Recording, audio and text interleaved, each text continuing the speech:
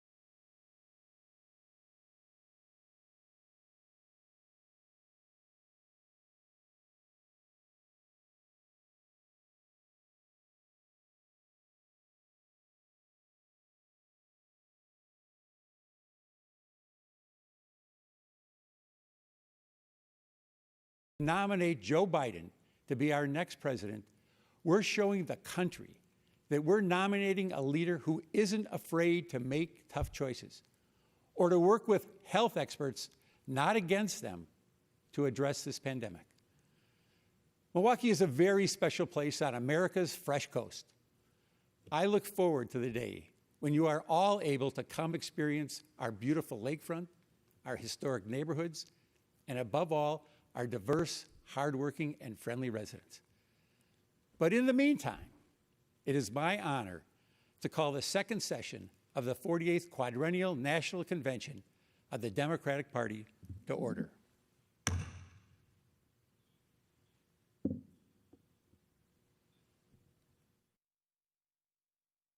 Delegates, we will now hear reports from our three convention standing committees. To start us off, I'm pleased to introduce Lorraine Miller and James Roosevelt Jr., co-chairs of the Credentials Committee, to present their committee's report. Hello, delegates to the 2020 Democratic National Convention. My name is Jim Roosevelt, and it is an honor to have served as a co-chair of the Credentials Committee, along with my good friend, Lorraine Miller.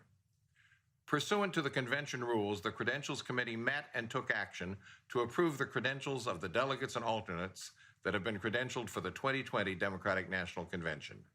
I am proud to say that all credentials issues were resolved in accordance with the actions of the Credentials Committee. This year's nominating process reflects the efforts of so many to make our process more open and more transparent. As a result, we know that our delegates reflect the best of our party, and we are all united around our nominees, Joe Biden and Kamala Harris.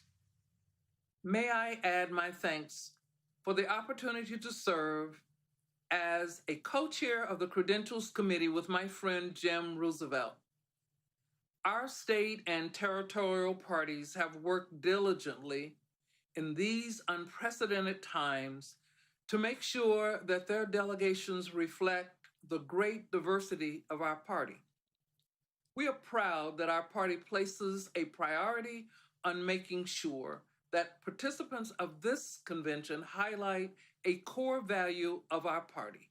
That is, ensuring that all Americans, regardless of sex, race, age, color, creed, national origin, religion, economic status, sexual orientation, gender identity, ethnic identity, or physical disability, have a role in this important process. Mr. Chair, I am pleased to report that the Credentials Committee report was approved by committee members and all delegates have been fully credentialed. Thank you, Lorraine and Jim. We will now hear from the co-chairs of the Rules Committee, Maria Cardona and Congressman Barney Frank, to present that committee's report. Buenas noches. My name is Maria Cardona, and I am so honored to serve as co-chair of the Rules and Bylaws Committee of the Democratic National Convention, along with my friend and colleague, Congressman Barney Frank. The Rules Committee met the last week of July to adopt the convention rules of procedure, officers, and agenda. The committee approved the rules that will govern the convention. These rules are based on a long-standing process that has governed our conventions for many, many cycles. Given the unprecedented nature of the COVID-19 health crisis, these rules that were approved focus on providing for a convention that will transform the convention experience for delegates and for participants and will allow for maximum participation by those delegates. The Rules Committee also ratified a dynamic group of Democrats to serve as the officers of the convention. The convention officers truly represent the ideals and the principles of the Democratic Party. These actions of the Rules Committee will ensure that the 2020 Democratic National Convention can efficiently and effectively proceed with its important business. The Rules Committee also took action on a resolution that was recommended for approval by convention delegates. The resolution calls on the Democratic National Committee to continue the work from this cycle to improve our nominating process and to build on those reforms for the 2024 cycle. The resolution calls on the DNC Rules Committee to conduct a comprehensive review of the presidential nominating reforms that were made and to evaluate where even further reforms might be needed. This review and accounting will be complete by March 31st, 2021. Chair, I am pleased to report that the unity resolution was approved by the delegates. Thank you to the delegates, thank you to the members of the Rules and Bylaws Committee, and thank you for continuing to do everything you can to ensure we are successful in November. Gracias. Two things about the rules are very important to note. One, they continue and build on the trend towards making our nominating process as democratic as possible with a small d. We have asked that we go to primaries rather than caucuses. We have restricted and maintained those restrictions on non-elected delegates. Secondly, it's important to note that everything in these rules is the product of a very free agreement between the Sanders and Biden people, as it was last time between Clinton and Sanders. That is, we have a very democratic set of rules agreed upon enthusiastically by both camps. Thank you, Maria and Barney. It's my pleasure to call on Platform Committee co-chairs Julie Chavez Rodriguez and Dennis Madonna to present their committee's report. Good evening. I'm Julie Chavez Rodriguez, and alongside my friend Dennis McDonough, I was honored to co-chair this year's Democratic Platform Committee.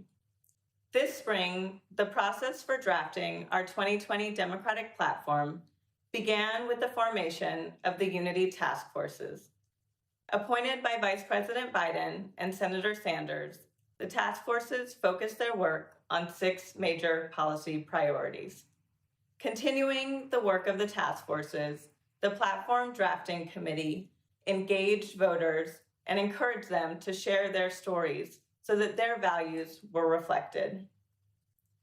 The Platform Drafting Committee, chaired by Mayor Keisha Lance Bottoms, engaged so many throughout our party to ensure that that feedback was incorporated, whether it was received online or through allied groups. Thanks, Julie. I'm Dennis McDonough, and I'm proud to have been Julie's co-chair on the Platform Committee.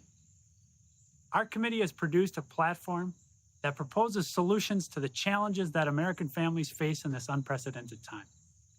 It's informed by the values of our party and the priorities of our presidential nominee, Vice President Joe Biden. I strongly believe that this platform lays out an agenda informed by the values that will defeat Donald Trump and heal the soul of our nation, the United States of America. Thank you, Julie and Dennis.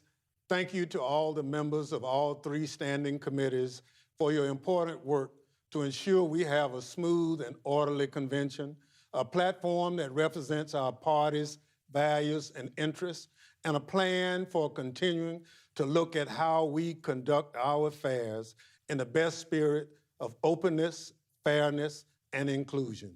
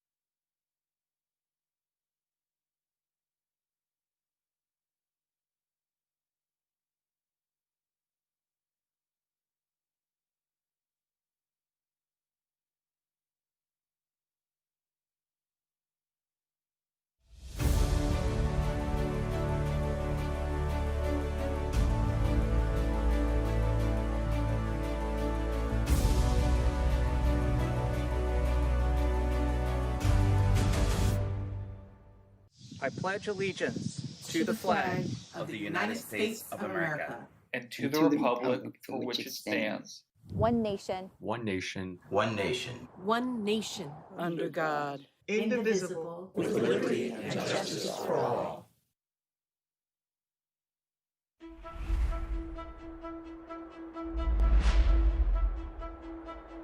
My fellow Americans, this is my country. Many of us have fought hard for the right to say that. Many are now struggling today from the Harlem to Da Nang so that they may say this with conviction. This is our country. We are a people in a quandary about the present. We are a people in search of our future. We must make the American people hear our tale of two cities. We must convince them that we don't have to settle for two cities, that we can have one city, indivisible, shining for all of its people. If you give us a chance, we can perform. After all, Ginger Rogers did everything that Fred Astaire did. She just did it backwards and in high heels.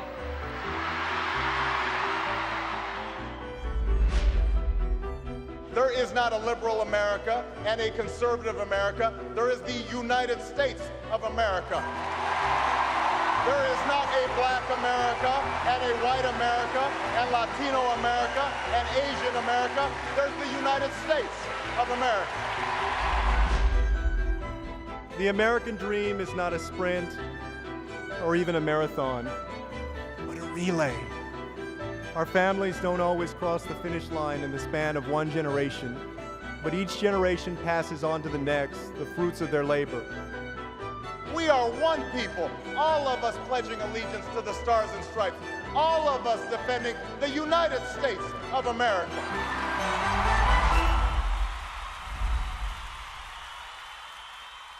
Welcome to the second night of the Democratic National Convention. This is a different kind of convention. Look at the camera and smile. And this is a different kind of keynote. is a different kind of keynote. This year, all of us are on stage, and we've got a lot to say. Let's get real. There's a lot riding on this election. When we're facing the biggest economic and health crisis in generations, because our president didn't and still doesn't have a plan. When doctors, nurses, and home health care aides in Philadelphia have to risk their own lives to protect others because there's not enough protective equipment.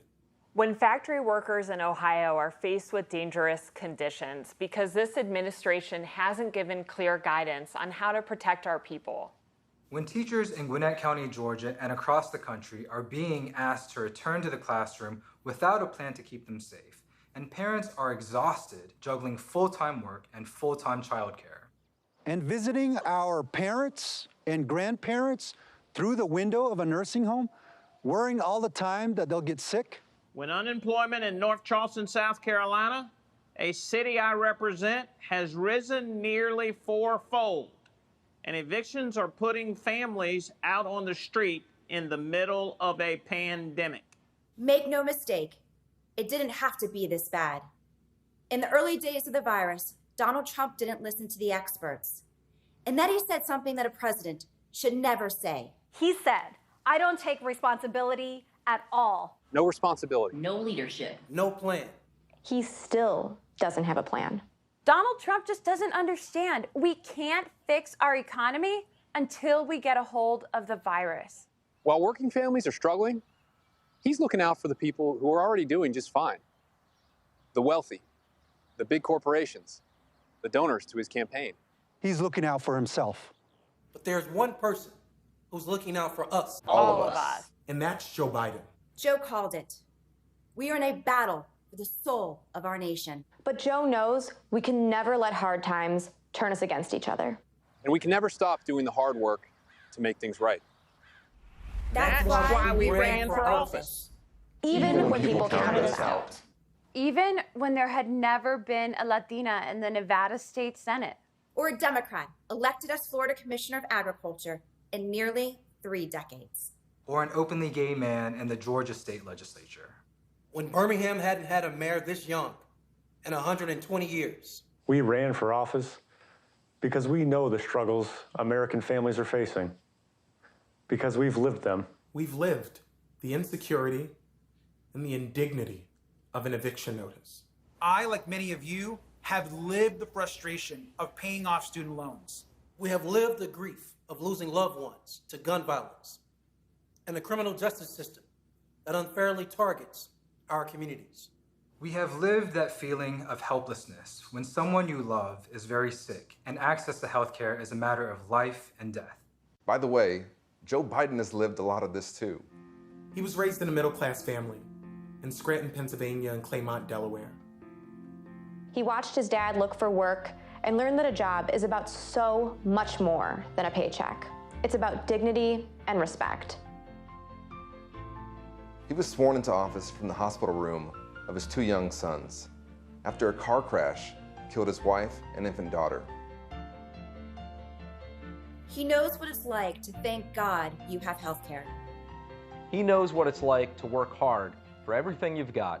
He knows what it's like to send a child off to war. And he'll never forget who he's fighting for. I look around my district in North Texas, and I see the people who built this country. The educators, like the single mom who raised me. The men and women on the front lines of our healthcare system. You built this country.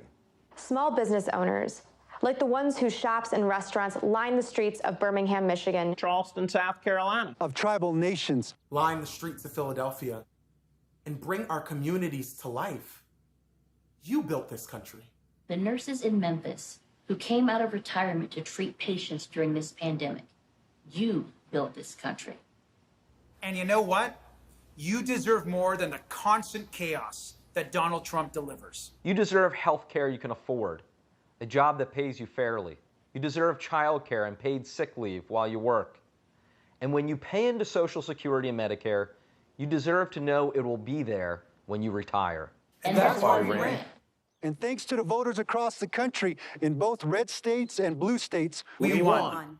A new generation of leaders is rising up. And with Joe Biden in the White House, there's no limit to what we can do. In Nevada, we're making drug prices more transparent, so people with chronic illnesses won't go broke while drug companies get rich.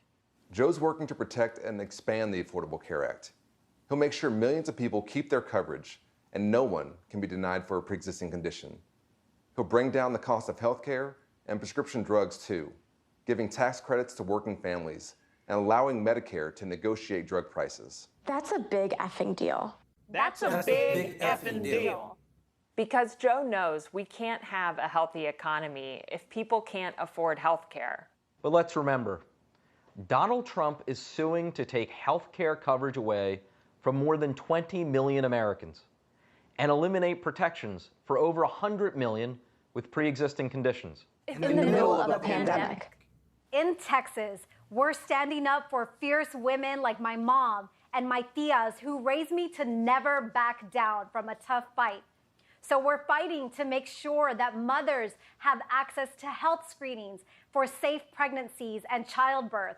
And we're bringing long overdue justice to survivors of sexual assault.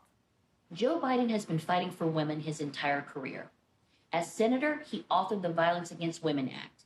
And as president, he'll restore funding for Planned Parenthood. He will codify Roe v. Wade and make reducing maternal mortality, especially for women of color, a top priority. In Florida, on the front lines of our climate crisis, we're working to produce more renewable energy and shrink our carbon footprint. Joe has a major plan to invest in clean energy, jobs, and infrastructure. In the House of Representatives, we're closing loopholes to ensure local infrastructure projects use American-made materials and local labor and support American manufacturing. Unlike Donald Trump, Joe Biden will actually enforce Buy American rules, investing in American-made clean energy, building materials, high-tech equipment, and R&D, all creating more good jobs. In Michigan, we're banning business practices that have exploited workers and cost them hundreds of millions of dollars in lost wages. When unemployment is the highest rate since the Great Depression, when millions of people have seen their hours and pay slash, Joe knows it's not enough to rebuild the economy the way it was before. We've got to build it back better. He'll build an economy that rewards work, not wealth, and get rid of the Trump tax cuts that only benefit big corporations and the rich. And then he'll invest in healthcare, education, and infrastructure, and in getting small businesses up and running again. Take it from me, when you're in the trenches, you want Joe Biden right there next to you. When I wanted to marry the man I loved, Joe Biden was the first national figure to support me and my family. Appreciate you, man. When the auto industry was going under, Joe stuck his neck out to protect it and helped save 1.5 million auto jobs. When our economy was on the brink, Joe led the recovery effort that created millions of jobs, including here in Western Pennsylvania. Under his leadership, America bounced back with the longest economic expansion in history. You know, the one Trump brags about creating? That's what happens when Joe Biden is in your corner. Working families get a fair shot. He understands that leadership means fighting for the people who built this country. All of you. All of us. This nation belongs to all of us. And in every election, we choose how we will create a more perfect union. Not by taking sides, but by taking stock of where we are and what we need. This year's choice could not be more clear. America faces a triple threat: a public health catastrophe, an economic collapse, and a reckoning with racial justice and inequality. So our choice is clear: a steady, experienced public servant who can lead us out of this crisis just like he's done before, or a man who only knows how to deny and distract, a leader who cares about our families, or a president who only cares about himself. We know Joe Biden. America, we need Joe Biden. To make your voice heard, text VOTE to 30330. In a democracy, we do not elect saviors. We cast our ballots for those who see our struggles and pledge to serve, who hear our dreams and work to make them real, who defend our way of life by protecting our right to vote. Faced with a president of cowardice, Joe Biden is a man of proven courage. He will restore our moral compass by confronting our challenges, not by hiding from them or undermining our elections to keep his job.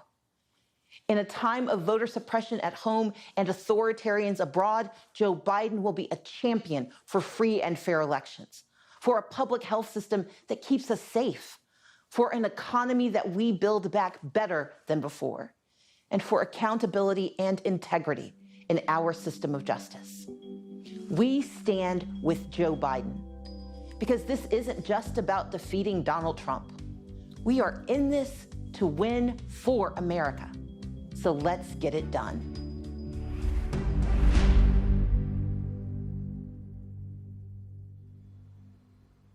Hello, I'm Tracy Ellis Ross, and how exciting to hear from young elected leaders from across the country. A perfect way to begin night 2 of the Democratic National Convention, Uniting America. Tonight is all about leadership. This unprecedented moment calls for leadership, steady, inclusive leadership, driven by people who understand that our democracy is based on the value of each and every one of us being treated with dignity and respect. Leaders who respond to the needs of hardworking Americans who, right this minute, are unable to pay rent, put food on the table, and keep their loved ones safe.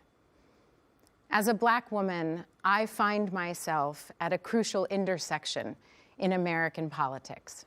For far too long, Black female leadership in this country has been utilized without being acknowledged or valued. But we are turning the tide. Hello, Kamala. Her nomination is historic for anyone who believes in we the people. Like Senator Harris and many we saw in the keynote, today's leaders emerge from communities that have long been underrepresented.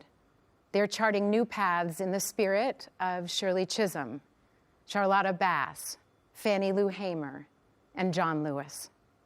They get in good trouble, necessary trouble. They call things out otherwise ignored, elevating our nation and changing the course of our lives for the better. With every vote we cast for forward-thinking, honest leaders, we chip away at ingrained systems of inequity, and we bend the arc of justice. True leaders make sure that policy is informed by all of us, bridging our burdened past to a safe, equitable, and even joyful future. Joe Biden and Kamala Harris are that bridge. Heeding voices from within the movement for racial justice, listening to the people, and acting with empathy and compassion to reflect our shared humanity. Tonight, we'll hear from a number of American leaders, including former acting U.S. Attorney General Sally Yates, who refused to defend an unconstitutional travel ban and paid for it with her job. The threat to this nation, to our democracy, is real. It's clear and it's present. You've watched the president now for 3 years. Look at what he's doing. Instilling fear. I mean, not joking. Instilling fear. Sowing division. Stoking racial division. Undercutting every institution that was designed to check the abuse of power by the president or anyone else. All this for what reason? All this in order to solidify his base and expand his power.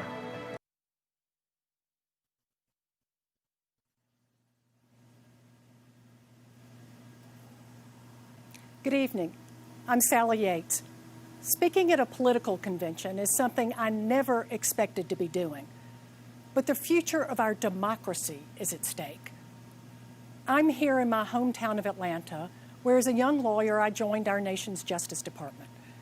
For nearly 30 years, through Democratic and Republican administrations, I worked alongside my DOJ colleagues to advance our nation's promise of equal justice.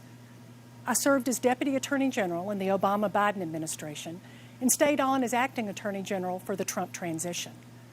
Then, 10 days in, I was fired for refusing to defend President Trump's shameful and unlawful Muslim travel ban. That was the start of his relentless attacks on our democratic institutions and countless dedicated public servants. Like me, These officials didn't swear an oath to a person or a party. Public servants promised to defend our Constitution, uphold our laws, and work on behalf of the American people. But from the moment President Trump took office, he's used his position to benefit himself rather than our country. He's trampled the rule of law, trying to weaponize our Justice Department to attack his enemies and protect his friends. Rather than standing up to Vladimir Putin, he fawns over a dictator who is still trying to interfere in our elections. He's even trying to sabotage our postal service to keep people from being able to vote. His constant attacks on the FBI, the free press, inspectors general, federal judges, they all have one purpose: to remove any check on his abuse of power. Put simply, he treats our country like it's his family business, this time bankrupting our nation's moral authority at home and abroad. But our country doesn't belong to him. It belongs to all of us. Joe Biden embraces that. He has spent his entire life putting our country first. He has never backed down from a challenge or a bully. He summons the best in us and lives by the values that define us as Americans: service, integrity, courage, compassion. There are countless stories of Joe Biden reaching out to someone in their moment of need. Well, this is our country's moment of need. We need a president who respects our laws and the privilege of public service, who reflects our values and cares about our people. We need a president who will restore the soul of America. We need Joe Biden.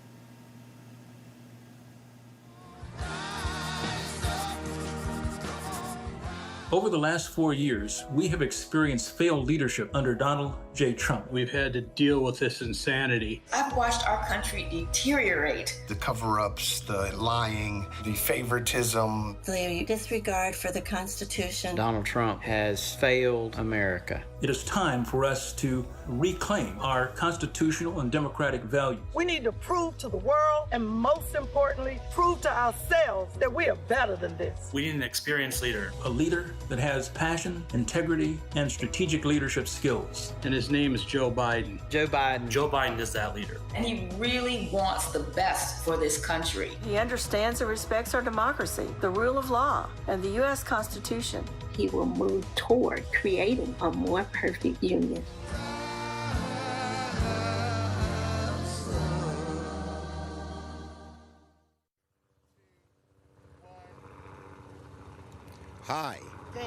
Hi, this is Senator Chuck Schumer, Democratic leader from my hometown, Brooklyn, New York.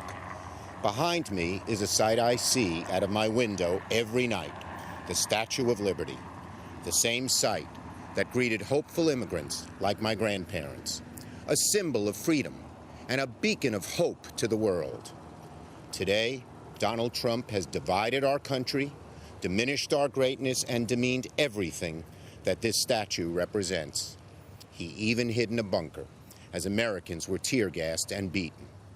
Millions are jobless. 170,000 Americans have died from COVID, and Donald Trump says it is what it is. Presidents should never say it is what it is. President Lincoln, honoring the great sacrifice at Gettysburg, didn't say it is what it is. President Roosevelt, seeing a third of the nation ill-housed, ill-clad, and ill-nourished, didn't say it is what it is. America, Donald Trump has quit on you. We need a president with dignity, integrity, and the experience to lead us out of this crisis. A man with a steady hand and a big heart who will never, ever quit on America. That man is my friend, Joe Biden. He will be a great president. But if we're going to win this battle for the soul of our nation, Joe can't do it alone. Democrats must take back the Senate. We will stay united, from Sanders and Warren to Manchin and Warner. And with our unity, we will bring bold and dramatic change to our country. Let me tell you some of the things we do. With President Biden, Vice President Harris, and a Democratic majority, we will make health care affordable for all. We'll undo the vicious inequality of income and wealth that has plagued America for far too long, and we'll take strong, decisive action to combat climate change and save the planet. We will protect voting rights, fight systemic racism in the criminal justice system and in our economy, and restore a Supreme Court that looks out for people, not corporations. We'll rebuild our infrastructure and make sure every home, from inner city to rural America, has broadband. We will save the post office and once and for all defeat COVID-19, this evil disease. And, beckoned by the lady behind us, we will reform our immigration system so that immigrants yearning to breathe free will at last become American citizens. Together, we can reignite the hope once felt by millions of men and women, huddled masses on creaking ships, who glimpsed this mighty woman with her torch, knowing they could build a better life here in America.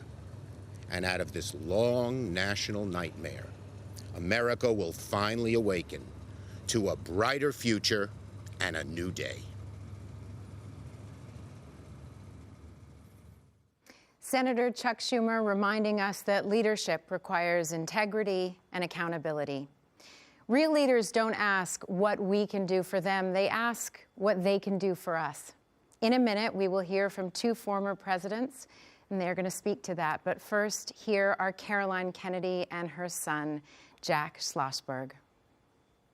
60 years ago, in a crowded LA stadium, my father accepted the Democratic nomination for president. He challenged Americans to look to the future and join him on a journey toward a new frontier. It was a call to the young at heart, regardless of age or party. Times have changed, but the themes of my grandfather's speech, courage, unity, and patriotism, are as important today as they were in 1960. And once again, we need a leader who believes America's best days are yet to come. We need Joe Biden. I've admired Joe Biden since I was a Senate intern in 1974. He shared my Uncle Teddy's commitment to civil rights, women's rights, and working families. He was a senator who cared, who led, who inspired. That's why I helped choose him to be Barack Obama's running mate in 2008. When I was U.S. Ambassador to Japan, I got to see Vice President Biden in action.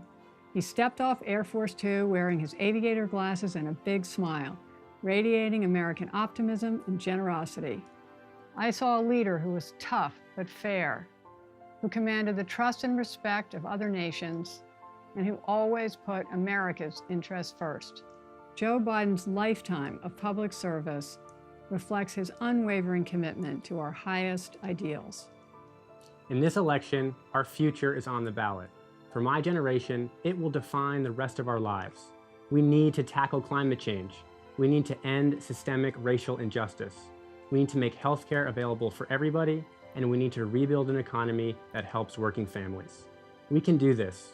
We can reach these new frontiers, but only with a president who asks what he can do for our country and what together we can do to build a better world. It's up to us.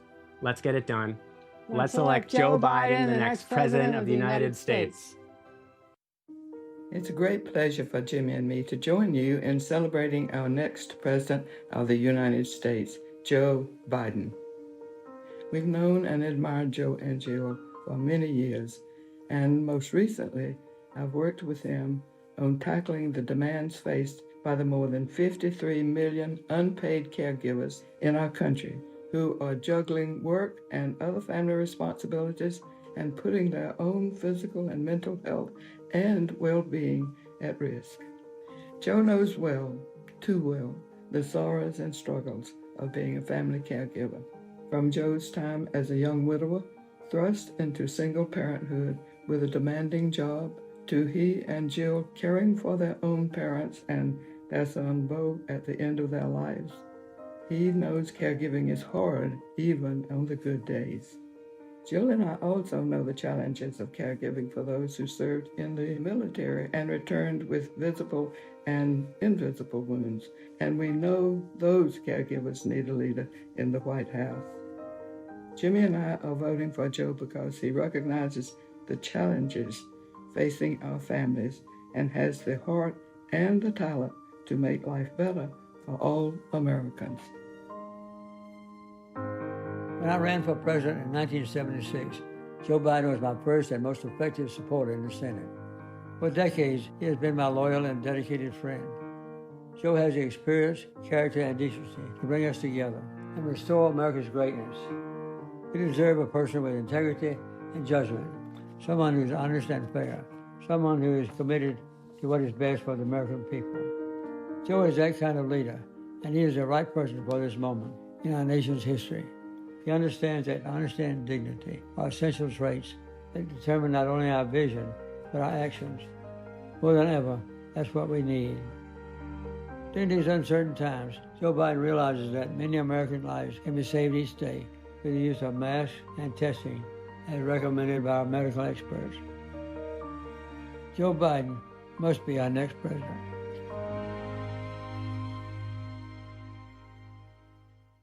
Good evening. A presidential election is the world's most important job interview.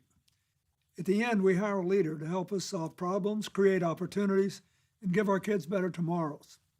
That's a tall order this year, with the COVID-19 outbreak on a path to killing 200,000 people and destroying millions of jobs and small businesses.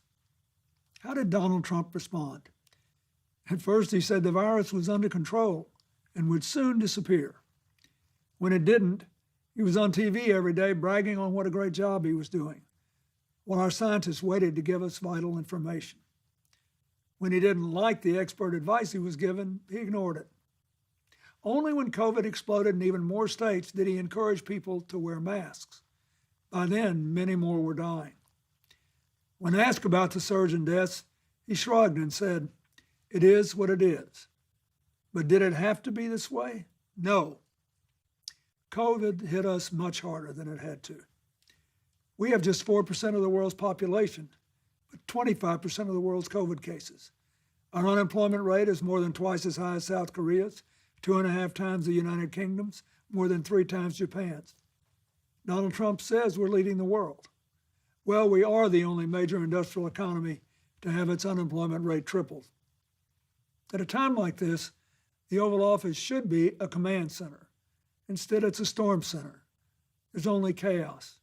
Just one thing never changes: his determination to deny responsibility and shift the blame. The buck never stops there. Now you have to decide whether to renew his contract or hire someone else. If you want a president who defines the job as spending hours a day watching TV and zapping people on social media, he's your man. Denying, distracting, and demeaning works great if you're trying to entertain or inflame. But in a real crisis, it collapses like a house of cards. COVID just doesn't respond to any of that.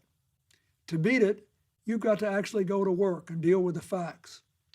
Our party is united in offering you a very different choice: a go-to-work president, a down-to-earth, get-the-job-done guy, a man with a mission to take responsibility, not shift the blame, concentrate, not distract, unite, not divide. Our choice is Joe Biden. Joe helped bring us back from a recession before, and he can do it again. In 2009, Barack Obama and Joe Biden started with the worst economy since the Great Depression. And when they were done, they delivered more than 6 straight years of job growth. What did Joe do? He accepted responsibility for implementing the Recovery Act. His work created a lot of new jobs and started many new companies in communities across our country. Now Joe's committed to building America back again. How? He's given us smart, detailed plans to invest in areas vital to our future: innovative financing for modern factories and small businesses, good jobs in green energy and conservation to combat climate change, a modern infrastructure that brings small town and rural America the connectivity and investment others take for granted, and a plan to ensure that Black Americans, Latino Americans, Native Americans, women, immigrants, and other communities left behind are full participants in our economy and our society. Joe Biden wants to build an economy far better suited to our changing world. Better for young people, better for families working and raising their kids, better for people who lost jobs and need new ones, better for farmers tired of being collateral damage in trade wars, better for workers caring for the sick, elderly, and people with disabilities, better because of a living wage and access to affordable higher education and health care, including prescription drugs, and to child care, a secure retirement, and for the first time, paid family and medical leave. Joe won't just put his signature on a check and try to fool you into thinking it came from him. He'll work to make sure that your paycheck reflects your contribution to and your stake in a growing economy. In this job interview, the difference is stark. You know what Donald Trump will do with 4 more years: blame, bully, and belittle. And you know what Joe Biden will do: build back better. It's Trump's us versus them America against Joe Biden's America, where we all live and work together. It's a clear choice. The future of our country is riding on it. Thank you. It's time to call the roll and officially nominate the Democratic candidate for President of the United States. But this year, for the first time, the roll call is heading out to all 57 states and territories, places that showcase our nation's natural beauty, places where people are working together to secure a better future for our country, and places that are working to rebuild and recover, like Iowa, where thousands have been left homeless and hundreds of thousands have been left without power in the wake of last week's terrible storm. Our hearts are with you, Iowa. There's so much going on right now. Tonight, we come together to nominate a candidate who will fight for all of us. The convention delegates will do the official nominating, but you can join them in supporting Joe Biden. Text JOIN to 30330 to get involved. And now, the chair of the Democratic National Committee, Tom Perez. It's great to be here in Milwaukee, a proud union town whose grit and character reflect the resilience of our party and our country.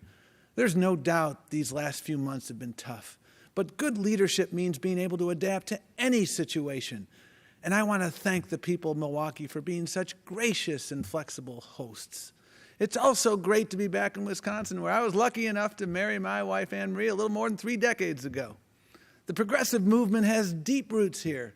And since today is the 100th anniversary of the 19th Amendment's ratification, we should point out that Wisconsin was the first state to ratify it. What's more, in its one-word motto, forward, Wisconsin captures something so important about America. The way that no matter what challenges today brings, we always believe a better future is possible.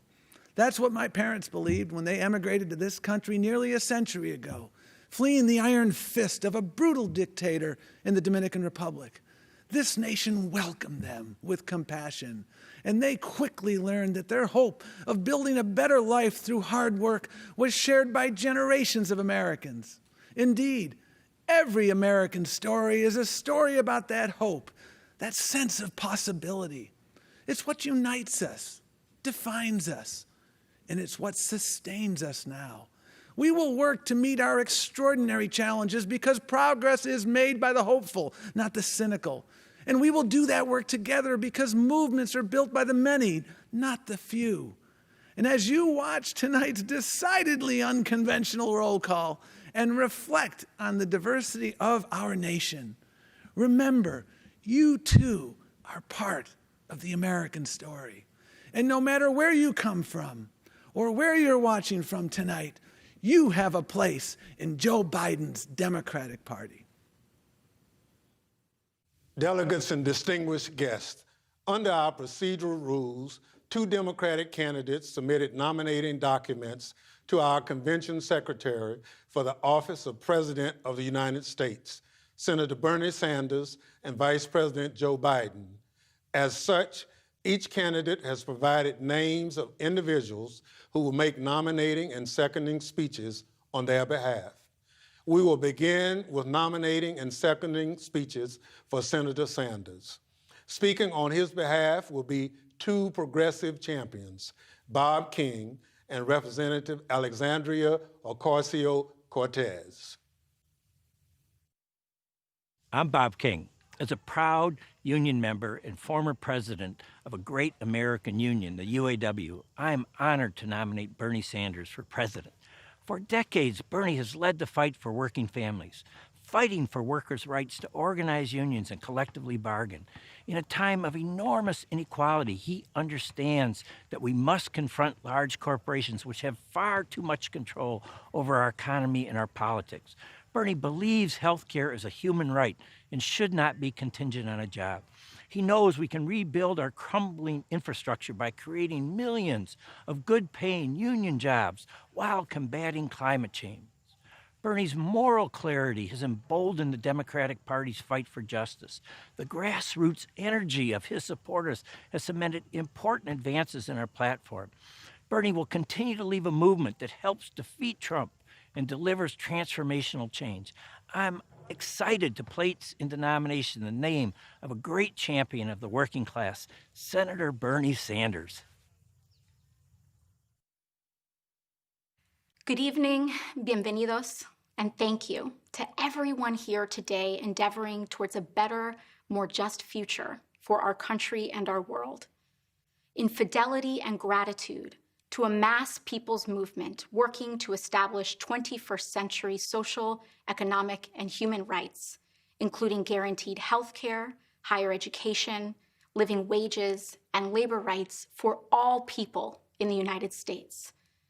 A movement striving to recognize and repair the wounds of racial injustice, colonization, misogyny, and homophobia, and to propose and build reimagined systems of immigration and foreign policy that turn away from the violence and xenophobia of our past. A movement that realizes the unsustainable brutality of an economy that rewards explosive inequalities of wealth for the few at the expense of long-term stability for the many, and who organized a historic grassroots campaign to reclaim our democracy.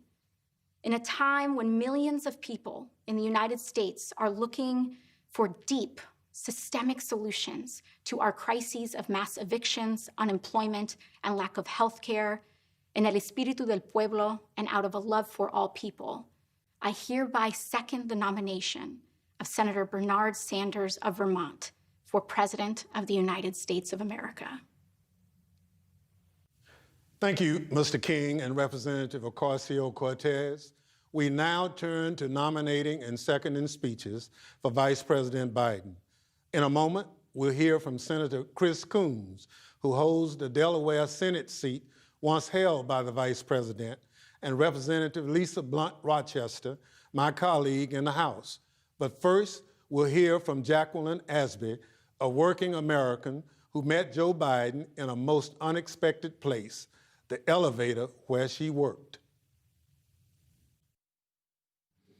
I take powerful people up on my elevator all the time. When they get off, they go to their important meetings. Me, I just head back to the lobby. But in the short time I spent with Joe Biden, I could tell he really saw me, that he actually cared, that my life meant something to him. And I knew, even when he went into his important meeting, he'd take my story in there with him. That's because Joe Biden has room in his heart for more than just himself. We've been through a lot, and we have tough days ahead. But nominating someone like that to be in the White House is a good place to start.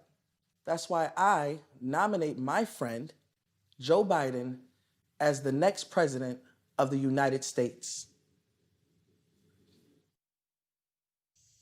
I'm Senator Chris Coons from Delaware, a small state where people expect to see their senators, and even sometimes their vice president, at the supermarket, at a church festival, out in their community. Joe fights for us because he knows our struggles and hopes. He knows the pain of loss and the worries of working parents. And he's always brought that same personal concern he showed for Jacqueline to getting things done as our senator and then as President Obama's vice president. Joe's tackled gun violence and climate change. He stood up to dictators and supported our troops. He led the recovery effort after the last recession and delivered on a promise to make our healthcare system fairer and stronger. Through it all, Joe Biden's never forgotten where he's from. He's been sustained by his faith and his family through the toughest of times, and he has the heart and the compassion for this moment. For all of these reasons and more, it's my honor to second the nomination of my good friend, Joe Biden, to be the next president of these United States. I'm Congresswoman Lisa Blunt Rochester. In some history class in the future, children are learning about this moment. They're learning about our pain, our grief, our worry. But they're also learning about a man named Joe Biden, about how he restored decency to our government and integrity to our democracy. They're learning about how we conquered a pandemic, stood united for racial justice, and built our economy back better than before. They're learning about how his leadership gave their generation a fighting chance. They're learning about us, too, about the resolve and the unity we showed against the forces of hatred and division, about the work we will do over the next 11 weeks, and about the night when, despite our distance, we came together to nominate Joe Biden for President of the United States, a nomination I'm honored to second. Thank you all. Pursuant to our convention rules, we'll now proceed to a roll call by states on the selection of our party's candidate for the President of the United States. Secretary Wray.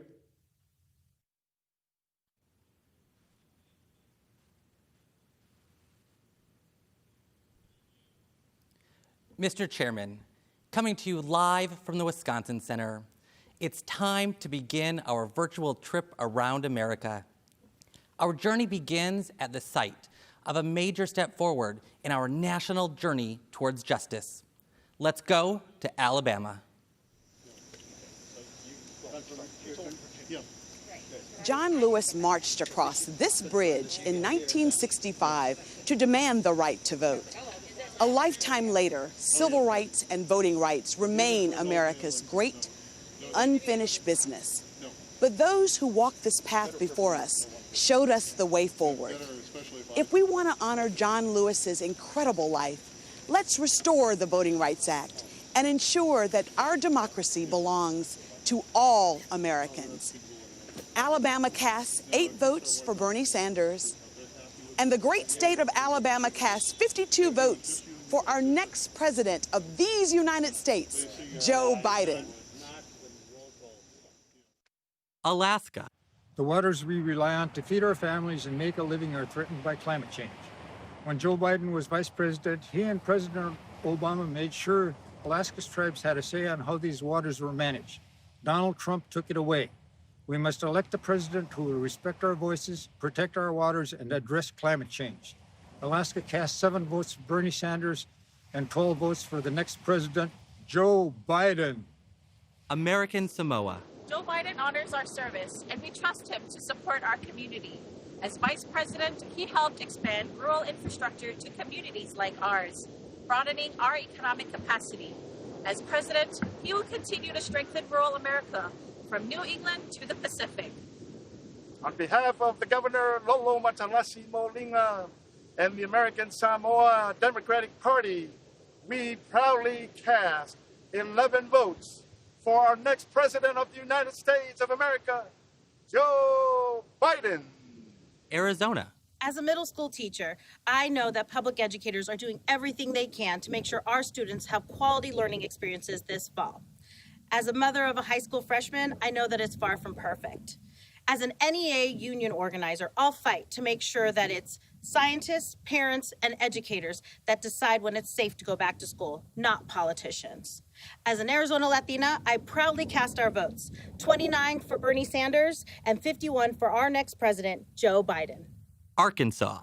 Feeding people is an act of love, and I think we all can use a little extra love these days. So we took our food trucks out into the community to deliver meals made right here at the Clinton Presidential Center for our neighbors in need. Even when our leaders let us down, Americans kept looking out for each other. Arkansas cast 9 votes for Bernie Sanders and 27 votes for our next president, Joe Biden. California. Climate change is not a hoax. It's real, and communities of color have been bearing the brunt of this reality for generations. Joe Biden's plan to crack down on polluters to protect our air and water is about environmental justice and economic justice. He'll prioritize equity and bring new clean energy jobs to Black and brown neighborhoods, because that is how we build back better. California, home to our next Vice President, Kamala Harris, cast 231 votes for Bernie Sanders and 263 votes for our next president, Joe Biden. Colorado. Han and I grew up in poverty as immigrants, but we've been able to make a decent living. We're extremely lucky. But now we have 3 family members that tested positive for COVID, and it just doesn't feel safe to put Evan and Emma back to school. This is certainly going to be hard on them and on us, but millions of working families will have it much harder. I know Joe Biden cares about these struggles, and that's why I trust him to fight for us. With one abstention, Colorado will cast 36 votes for Bernie Sanders and 42 for our next president, Joe Biden. Connecticut.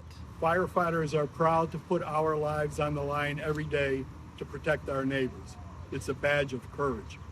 But while we are protecting your family, we need a president who is committed to protecting ours, and that's Joe Biden.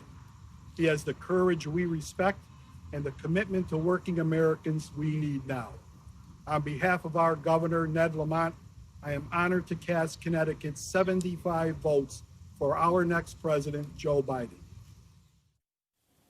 Delaware. Delaware passes.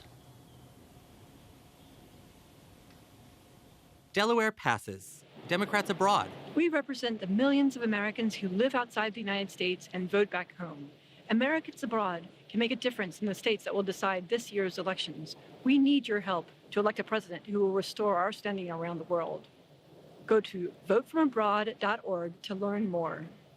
Democrats Abroad is proud to cast 10 votes for Bernie Sanders and 7 votes for our next president, Joe Biden. District of Columbia. Welcome to my hometown and the best city in the world. Washington, D.C. is 706,000 residents strong. We raise families, pay taxes, and serve the United States military, just like every American in the 50 states. The House of Representatives just passed an historic piece of legislation to make Washington, D.C. the 51st state. From Black Lives Matter Plaza, the District of Columbia proudly cast 1 vote for Bernie Sanders and 43 votes for the next president of the United States, Joe Biden. Florida. When my daughter was murdered in Parkland, Joe Biden called to share in our family's grief. I quickly learned about his decency and his civility, but I also learned about his toughness and how he's beaten the NRA. Together with the other victims of gun violence and our nation's youth, Joe Biden and Kamala Harris will take on the NRA again and win. Let's win back our freedom to live without fear. Florida cast 57 votes for Bernie Sanders and 192 votes for our next president, Joe Biden. Georgia. My mentor, Congressman John Lewis, knew that the right to vote is sacred. Georgians know that our ability to vote is under attack. Long lines, voter suppression. Donald Trump is even trying to slow down the mail and force us to risk our lives to cast a ballot. We will not be silenced. Take out your phone and text VOTE to 30330 and make sure your voice is heard in this election. From the cradle of the civil rights movement and in the spirit of good trouble, Georgia cast our 117 votes for our next president, Joe Biden. Guam. 70 years ago this summer, Chamorros became U.S. citizens. We are proud of our resilience, proud of our indigenous heritage, and proud to be part of this historic moment for our party and our nation. From the land where America's day begins, Guam cast 2 votes for Bernie Sanders and 11 votes for our next president, Joe Biden. Hawaii. I came from the Philippines to Hawaii, the land of indigenous Native Hawaiians. Today, I want to speak to my fellow immigrants, to the essential workers on the front line, to the service members who wear our flag, to the parents with big dreams for their children. No matter where we came from, immigrants belong in our country's long fight for justice. We belong in the America we are building together. Hawaii, birthplace of President Obama, cast 9 votes for Bernie Sanders and 23 votes for our next president, Joe Biden. Idaho. We're not waiting for Washington to act on climate change. Here in Boise, we know that clean energy doesn't just mean a healthier planet, it means good, paying jobs. Imagine what we could do with a president that listens to science and leads with courage. Idaho casts 9 votes for Bernie Sanders and 16 for our next president, Joe Biden. Illinois. Discrimination has denied too many Black Americans the chance to own a home and build wealth. Joe Biden has a plan to end racist lending practices and help more people of color achieve the American dream of owning a home. This isn't just about racial justice. It's about stronger communities and more economic security for working families. Illinois cast 59 votes for Bernie Sanders and 122 votes for our next president, Joe Biden. Indiana. Here in South Bend, we once feared that our best days were behind us. But then we reimagined our economy with new jobs and even new industries. The Hoosier State is ready to lead America's recovery with our diverse communities, our talented workers, and our best-in-the-world agriculture. Joe Biden's plan gives us a blueprint to revitalize industrial cities and rural areas alike. Indiana casts 2 votes for my friend Bernie Sanders and 86 votes for the next president, Joe Biden.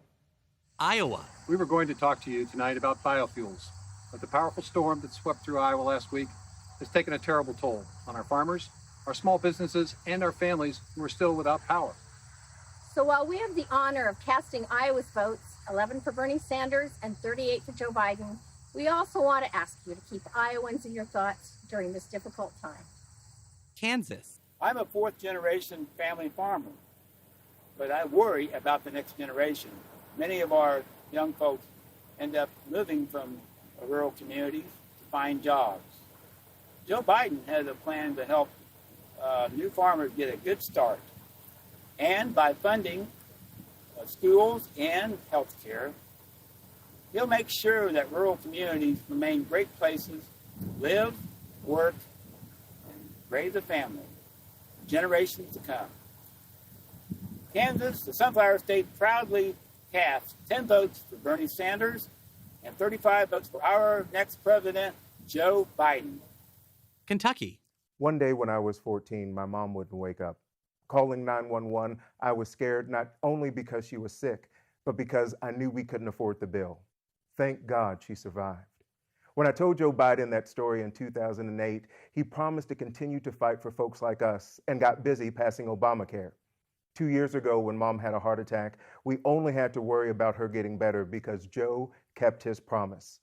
The Commonwealth of Kentucky cast all 60 votes for the next president of the United States, Joe Biden. Louisiana. This used to be an abandoned building. Now it's a thriving art studio, a community hub, a place where independent artists can make their name and parents can bring their kids during these difficult days of remote learning. Our cities are strong because our people make them strong. And our economy will come back because our small businesses will bring it back. Louisiana cast all 60 of our votes for my friend and the next president, Joe Biden. Maine. My American dream, I'm living it. A 25-acre organic farm on the lake, a roadside farm stand, and a bed and breakfast. My husband and I aren't corporate tycoons. We just want to make an honest living and feed our community. Small businesses like ours are the backbone of rural economies across America. Joe Biden has a plan to help more Americans, especially people of color, start their own businesses. Maine casts 9 votes for Bernie Sanders and 22 votes for our next president, Joe Biden. Maryland. Black lives matter. And when it comes to racial justice, Black opportunity matters. When Joe Biden rebuilds our middle class, he won't leave anyone behind. His plan, more capital for Black entrepreneurs. More funding for public schools and HBCUs. Banning racial discrimination in the housing market. And paying every worker a fair wage. That's building back better. Maryland. The home of Frederick Douglass. Cast 1 vote for Bernie Sanders and 119 votes for our next president, Joe Biden. Massachusetts. We need a plan to get the economy going again. Joe Biden will get the pandemic under control, create new jobs in manufacturing and clean energy, help small businesses and our restaurants recover, and build back better so that our economy is stronger and fairer than it was before. Massachusetts cast 30 votes for Bernie Sanders and 83 votes for our next president, Joe Biden. Michigan auto workers are the best in the world, but we'd be nowhere without Joe Biden. And a lot of folks wanted to let Detroit go bankrupt. But Joe Biden believed in us, and together we fought to save our auto industry. Now he's got a plan to create 1 million new auto jobs by investing in clean energy. Joe Biden believes in American workers. He's got our back, and we've got his. Michigan cast 53 votes for Bernie Sanders and 92 votes for our next president, Joe Biden. Minnesota. I'm here in Minnesota, the home of the headwaters of the Mississippi River. We know that a bridge shouldn't fall down in the middle of America, but it did. And we came together to rebuild it. That's what we do in America. That's what Joe Biden will do as president. He'll build back better. He'll cross the river of our divides and unite this country from our cities to our suburbs to our rural areas. And now we will virtually cross the great Mississippi to St. Paul to hear from my friend, Mayor Melvin Carter. Thank you, Senator. As the 46th mayor of a city that's more than ready for our 46th president, I'm proud to cast Minnesota's 31 votes for Bernie Sanders and 60 votes for our next U.S. president, Joe Biden. Mississippi. Tougaloo College reflects the progression of a people from slavery to citizenship to scholarship and leadership, contributing to Mississippi and the world. Our alumni are leaders like Convention Chairman Congressman Benny Thompson. Joe Biden wants to invest $70 billion in HBCUs like Tougaloo. Imagine what impact that could have on HBCUs. Imagine what impact HBCUs could have on America. Mississippi cast 2 votes for Bernie Sanders and 38 votes for our next president, Joe Biden. Missouri. As a member of the International Union of Bricklayers and Allied Craft Workers, Local 1 St. Louis, I love walking around the city and seeing the contributions that my brothers and sisters have made. We stand ready to rebuild our nation's infrastructure, and with Joe Biden's leadership, we'll create millions of new jobs, building back better. Missouri cast 28 votes for Bernie Sanders and 50 votes for our next president, Joe Biden. Montana. When COVID shut down my college, I came home to my parents' ranch to finish senior year online. But some days, I can't even get a video to load or an email attachment to send. Without reliable internet, there's no remote learning, no virtual doctor's appointments, and just try starting a small business. Rural broadband can be a game changer for rural communities like mine, and Joe Biden has a plan to make it happen. Montana cast 1 vote for Bernie Sanders and 18 votes for our next president, Joe Biden. Nebraska. I work at a meatpacking plant, making sure grocery store shelves stay full. They call us essential workers, but we get treated like we're expendable. Workers are dying from COVID, but a lot of us don't have paid sick leave or even quality protective equipment. We are human beings, not robots, not disposable. We want to keep helping you feed your family, but we need a president who will have our backs. Nebraska cast 33 votes for our next president, Joe Biden. Nevada. Working people are the backbone of our economy and the key to our recovery. Joe Biden knows it's not enough to praise them. We have to reward them. So let's raise the minimum wage to $15 an hour, empower workers to negotiate for better benefits and safer workplaces, and make it easier to pay for things like health care and higher education. I am proud to cast 24 votes for Bernie Sanders and 25 votes for our next president, Joe Biden. New Hampshire. Hello from the Granite State. We trust Joe Biden. Joe will provide the leadership necessary to bring us back from this awful pandemic. Joe has a plan to attack global climate change once and for all. And Joe will restore honesty, decency, and trust to the White House, reunite all Americans, and build a better future for all. The great state of New Hampshire awards 9 delegates to our friend and neighbor, Bernie Sanders, and 24 delegates to the next president of the United States, Joe Biden. New Jersey. We've been hit hard by COVID, but we're coming back. But we have to be smart. We have to listen to the experts, and we have to have a president who has a plan.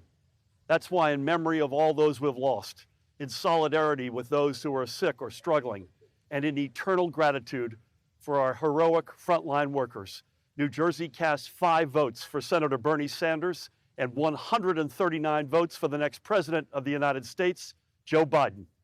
New Mexico. Makoam, Mamkima Kirimba. Greetings and good evening. My name is Derek Lente, State Representative, coming to you from the homeland of my ancestors here at the beautiful Pueblo of Sandia. New Mexico is a diverse state, home to 23 indigenous sovereign nations with a rich multicultural history. We are all united by the love of this beautiful place that we call home, and we believe that we owe it to the next generation to protect the natural and cultural resources that are their inheritance. And to that end, also respect tribal sovereignty. New Mexico proudly casts 4 votes for Bernie Sanders and 42 votes for the next president of the United States of America, Joe Biden. New York. As an immigrant from St. Vincent and the Grenadines and an 1199 SCIU registered nurse, I am proud to be part of America's fight against COVID-19. But many healthcare workers don't get paid sick leave or have enough protective equipment. I have 2 children with asthma and a mother who's high risk. I worry every day about bringing this virus home to them. Joe Biden's plan will help us take better care of your loved ones as well as our own. Along with Lieutenant Governor Kathy Hochul, I cast New York's votes. 44 votes for Bernie Sanders and 277 for our next president, Joe Biden. It's Joe time. North Carolina. I've been doing this for a long time, so let me just be plain. Black people, especially black women, are the backbone of this party, and if we don't show up, Democrats don't get elected. I'm putting on my mask, and we're going to every corner in North Carolina to help organize, because we need to make sure everyone shows up for Joe Biden.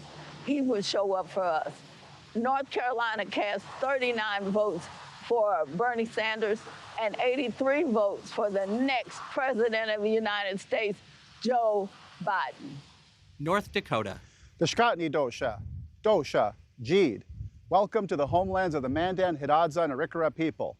I graduated from a class of just 44 students, and I had to drive 3 hours just to take the SATs. But growing up, I knew that college was a ladder that could take you anywhere. Joe Biden knows that everyone deserves a chance to climb that ladder.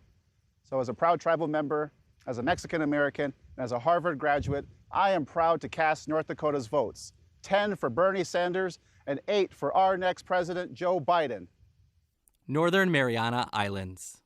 Hafaday Tiro and hello from paradise, the Northern Mariana Islands. We may be far away, but we're American citizens. And this year, for the first time in decades, we finally have a Democratic slate, because Democrats organize everywhere. But we don't get to vote for president, so please don't waste yours. The Northern Mariana Islands is proud to cast 2 votes for Senator Bernie Sanders and 9 votes for our next president, Joseph Biden. Sidus Ma'asi, Olamai, and thank you. Yee-hee! Ohio. It seems like every time working people believe in a Donald Trump promise, they wind up getting screwed. Well, Joe Biden has more than just a promise. He actually has a plan to bring jobs back to America. Like electric vehicles or a national network of vehicle charging infrastructure that'll create good-paying jobs for skilled union workers like Josh. And the future will be made in America. Ohio cast 20 votes for Senator Bernie Sanders and 134 votes for the next president, Joe Biden. OH. I-O. Oklahoma. 99 years ago, racial violence devastated a thriving black community here in Tulsa. Today, hatred still lives in our nation, but so does resolve. Oklahoma refused to let ourselves be defined by division then, and our nation must turn back the tide of violence again, now. Oklahoma cast 13 votes for Bernie Sanders and 24 votes for our next president, Joe Biden. Oregon. As Black Americans standing on Native land, we proudly represent Oregon. The dual viruses, COVID-19 and racism, laid bare unequal healthcare access and deaths in communities of color. The Democrats are working to bridge divides and make sure everyone has equal access to low or no cost quality care. Today, Oregon cast 16 votes for Bernie Sanders. And with Senators Wyden and Merkley's support, cast 57 votes for Joe Biden. Pennsylvania. When Joe Biden was young, his father came to this house in Scranton, sat down on Joe's bed, and told him he lost his job. It's a moment that stayed with Joe his entire life. Right now, all across America, working families are experiencing that same fear and uncertainty. But Joe Biden has a plan to help them and to help our country build back better, creating millions of good-paying jobs, so more parents will be able to tell their kids what Joe's dad said to him all those years ago. It's gonna be okay. Pennsylvania cast 34 votes for Senator Bernie Sanders and 175 votes for the next president of the United States, Scranton's own Joe Biden. Puerto Rico. Los puertorriqueños somos ciudadanos estadounidenses, algo que Donald Trump parece haber olvidado en los momentos más difíciles que enfrentó nuestra isla. Joe Biden siempre ha apoyado las causas de Puerto Rico y como presidente será nuestro aliado en la Casa Blanca. Sé que es la mejor alternativa para que los sobre 3 millones de ciudadanos americanos que residimos en esta bendita isla de Puerto Rico podamos ser respetados. Puerto Rico emite 5 votos para Bernie Sanders y 53 votos para Joe Biden. Rhode Island. Rhode Island, the ocean state, where our restaurant and fishing industry have been decimated by this pandemic, are lucky to have a governor, Gina Raimondo, whose program lets our fishermen sell their catches directly to the public, and our state appetizer, calamari, is available in all 50 states. The calamari comeback state of Rhode Island casts 1 vote for Bernie Sanders and 34 votes for the next president, Joe Biden. South Carolina. Mr. Chairman, I am Jamie Harrison, candidate for the United States Senate, speaking from the campus of South Carolina State University, the alma mater of Majority Whip Jim Clyburn and the late Dr. Emily England Clyburn, for whom its Honors College is named. This proud HBCU has contributed 22 general officers to our armed services. And tonight, I proudly cast South Carolina's 64 votes as follows: 15 for Bernie Sanders and 49 for our next president of the United States, Joe Biden. South Dakota. Midakiapi, relatives.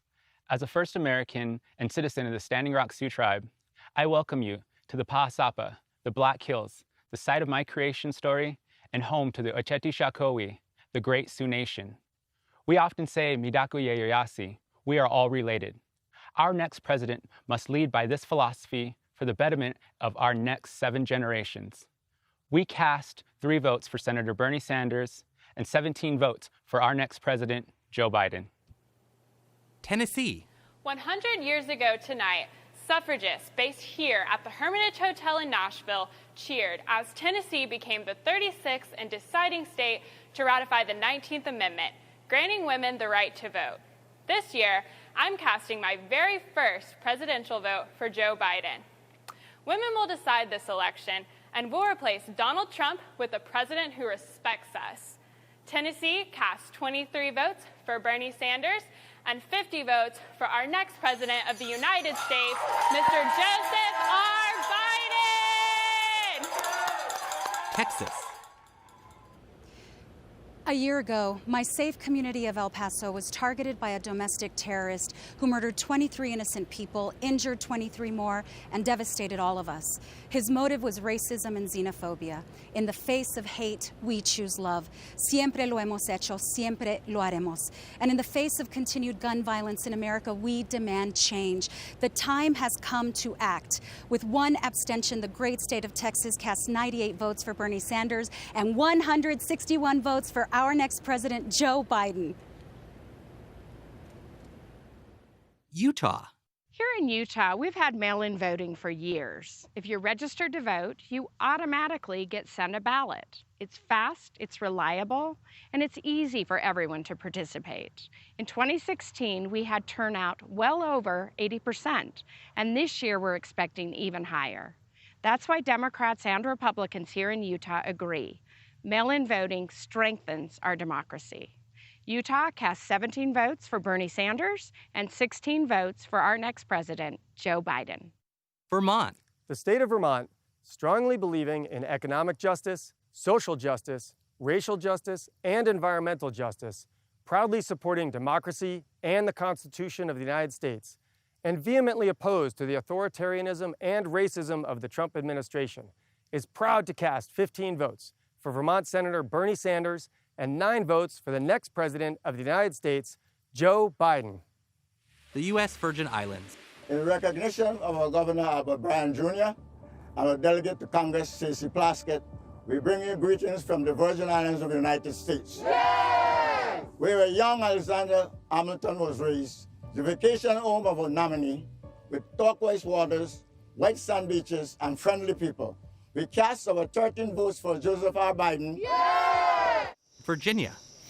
3 years ago, my beloved city, Charlottesville, Virginia, was attacked by white supremacists and a young woman was killed. We were attacked again when Donald Trump praised those racists, turning his back on a community that just wanted peace. That was the day Joe Biden decided to join this battle for the soul of America. Over time, my wife, Ghazala, and I have come to know his soul. He's a decent, compassionate man. He will bring this nation together.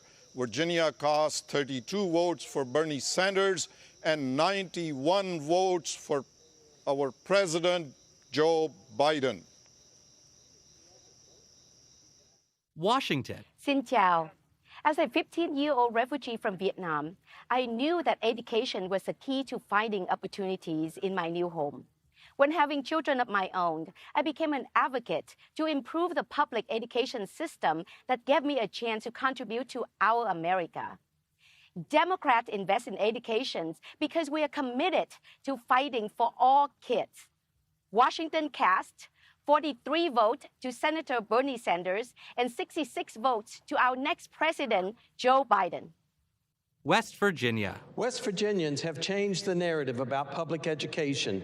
Parents, teachers, and service personnel have worked together to fight for safe and welcoming schools, sufficient funding for classroom equipment, and fair wages for teachers and school service personnel. Elections matter, but so does activism. So let's keep fighting to guarantee a quality education for all our children, and let's elect a president who will fight alongside us. West Virginia cast 34 votes for our next president, Joe Biden.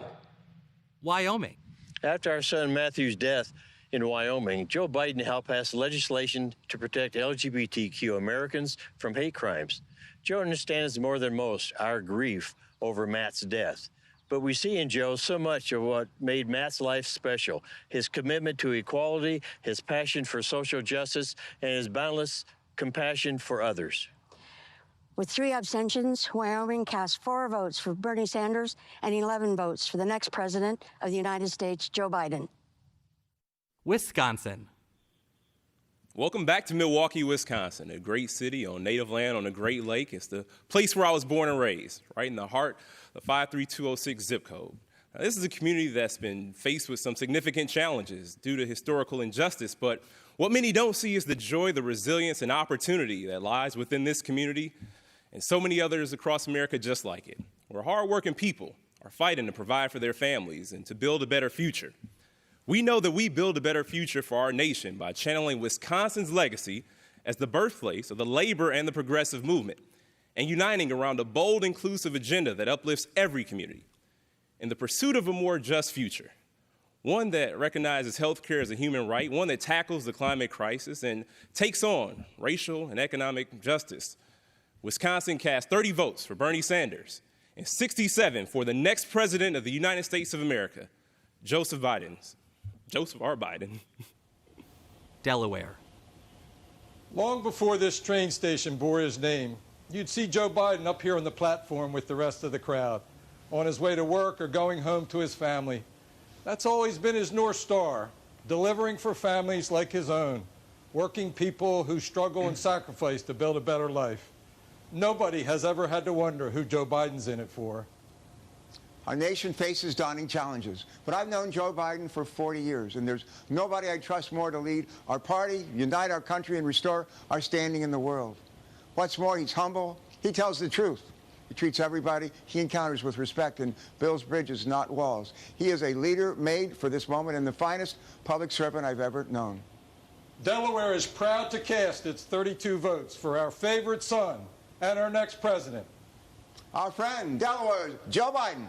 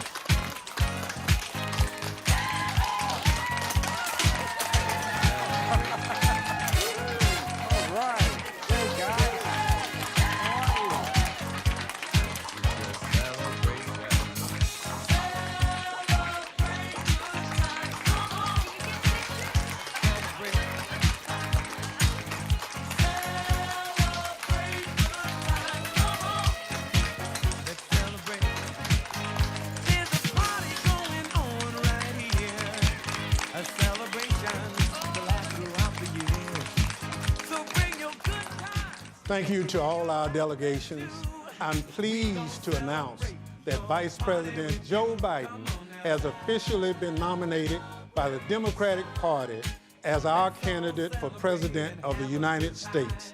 Vice President Biden is hereby invited to deliver an acceptance speech.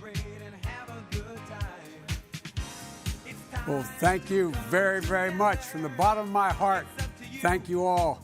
It means the world to me and my family, and I'll see you on Thursday. Thank you, thank you, thank you.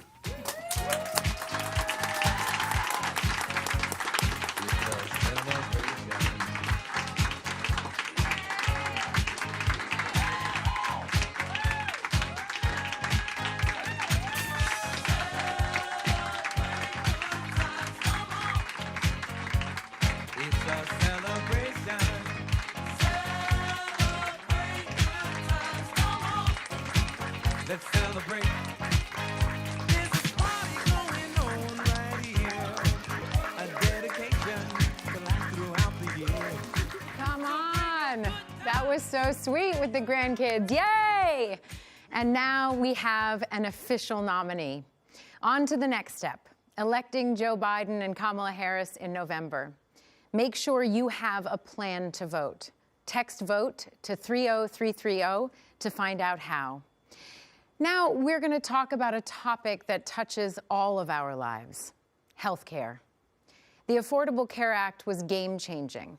This pandemic has revealed just how important it is to protect and improve it. Increasing access to healthcare and bringing down its costs have always been a priority for Joe Biden, because for Joe and for all of us, healthcare is personal. It's the toughest battles that call for the steadiest leadership. Again and again, they were told to give up on affordable health care. They knew it would cost them politically. The Republicans say this will prove to be unpopular. The bill is a legislative train wreck. But not nearly as much as it would cost the American people if they did nothing. We are not going to slow up on providing affordable health care for Americans. Health care is a natural American right. Giving up on the Affordable Care Act would have meant leaving 20 million without coverage out in the cold. But Joe Biden wasn't about to give up because he knew what it was like to stand in their shoes. He was sworn into the Senate next to a hospital bed. His wife and daughter had been killed in a car crash. And lying in that bed were his two sons. 40 years later, one of those little boys, his son, Beau, was diagnosed with cancer and given only months to live. It's hard to imagine a greater grief than losing your child. But Joe always knew that his family was one of the lucky ones. After that accident, his son got 40 more years of life, all because he had health care. Without objection, the motion to reconsider is laid on the table. Now, it's unthinkable that Donald Trump is trying to take that health care away. In the middle of a pandemic, he's still trying to get rid of the Affordable Care Act. This fight is personal for Joe, as personal as it gets. So when Joe says he has a plan to strengthen the Affordable Care Act, protect those with pre-existing conditions, and expand access to every American, he's thinking about how having health care saved his boys. When his plan talks about lowering drug prices and making care more affordable, he's thinking about Bo, who spent his final days in comfort because he was insured. Joe Biden knows what affordable health care means to American families because of what it's meant to his. This is my promise to you. When I'm president, I will take care of your health care coverage and your family the same way I would my own. For that's what the presidency is, the duty to care for all of us, not just those who vote for us, but all of us. This job is not about me, it's about you, it's about us.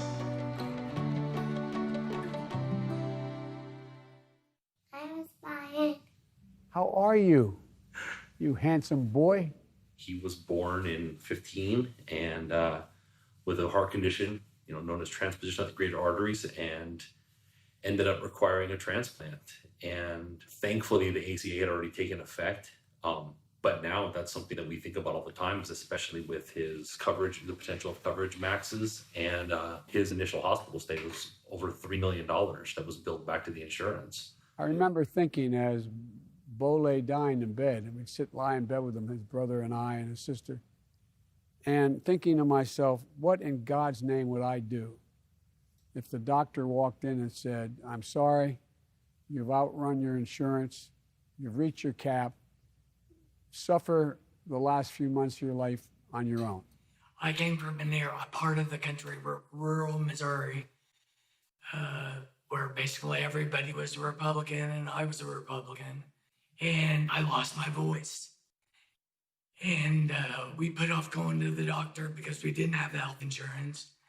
When we finally got into somebody that could take a look at my throat, they said, wow, you've got cancer. It was stage 4, the worst kind of cancer you can have. My wife applied for insurance through the Affordable Care Act. And my coverage began on April 1st in 2012. And that same day, they started my chemo and radiation, and it saved my life. I'm here today. Generally speaking, as a church, you're concerned about people spiritually, but you're also concerned about other areas of their life. And that includes their physical or physiological well-being, because the Bible talks about all of us. But there are people in our country, and in fact, people in my church that can't take advantage of it because they don't have good health care. That's pretty discouraging to me, and that's pretty discouraging to them. Because of the myasthenia gravis and the fact that it's a very rare disease, a lot of our medications we have to fight for. And before the ACA, we worried about our medications. We worried about the pre-existing conditions for our children. We worried about age and the cap, because having that cost of the medications, we would have reached that $1 million cap in no time. But once the ACA passed, we no longer had that cap of the $1 million. The fear that you all live in, understandably, if somehow tomorrow they said no insurance, you're not covered, is just devastating. Hey, Laura, how are you doing? Yes, again. How you doing? Well, you beat Hodgkin's lymphoma. God love you. But during it all, Trump was trying to rip away your coverage. The day you got your first chemo, Republicans voted to gut the ACA. I can't imagine what it must have been like going to sleep at night wondering what to do. Ever since I was diagnosed, every night I'd go to bed concerned about what news I would get in the morning. And even still, even today, they're still trying to take away our health care, even during a pandemic. Look, we're going to make sure we don't lose that ACA. We're going to provide a Medicare-like option as a public option. And any state where there is if you qualify for Medicaid and the state hasn't provided it, you'd automatically be enrolled. I'm going to protect you like I tried to protect my own family. And I promise you that.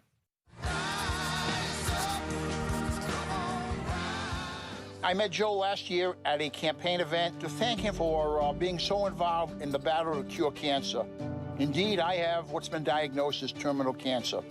The inspiration and the empathy and the human love that he was shared with me has kept me going. I made an appointment for my wellness checkup provided for by the Affordable Care Act. I was told that I had ovarian cancer. I finished my course of treatment, and since then, I've been cancer-free, and I'm very grateful for that. I chose to become a Joe Biden delegate as I watched with our nation as President Donald Trump sought to dismantle the Affordable Care Act. My purpose in life right now is to devote all my energy to getting Joe elected. I anxiously jumped at the chance to become a Biden delegate. You will continue to strengthen the Affordable Care Act so that diseases like cancer don't go undetected.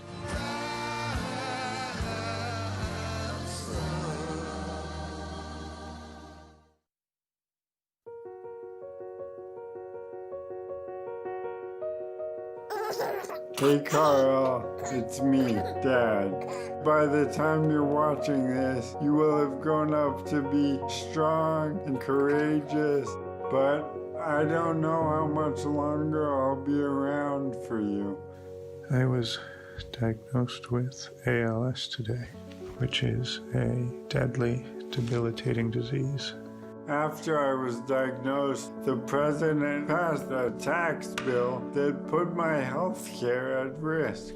So I went to Washington, D.C. My next guest made headlines when he confronted a Republican senator on an airplane. You can be an American hero. I wanted to help create a better country for you to live in. Democracy is beautiful! Democracy is beautiful! All that matters to me is to make you proud, because I'm already so proud of you.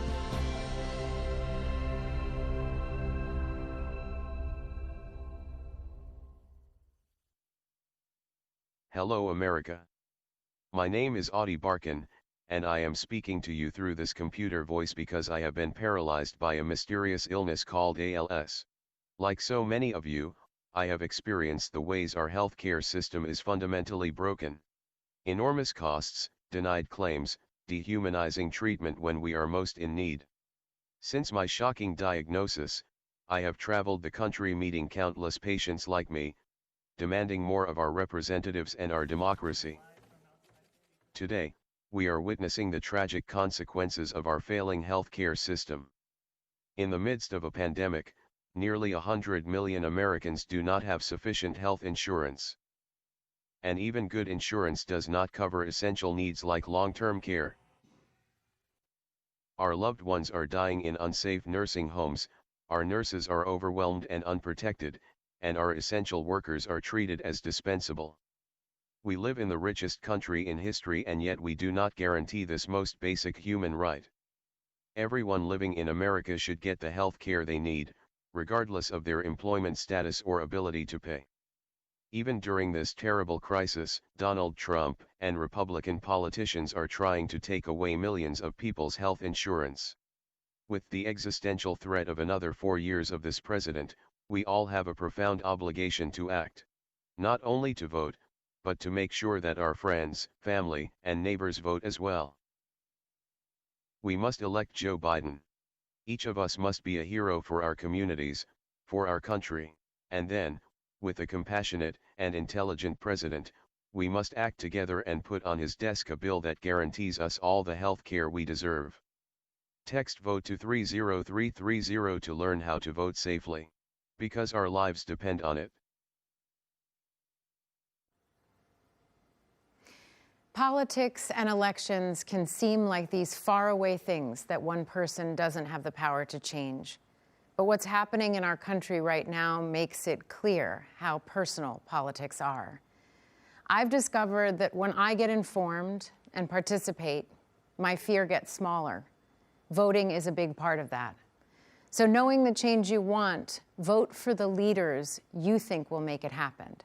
And if you're able, if you can, help fund this campaign.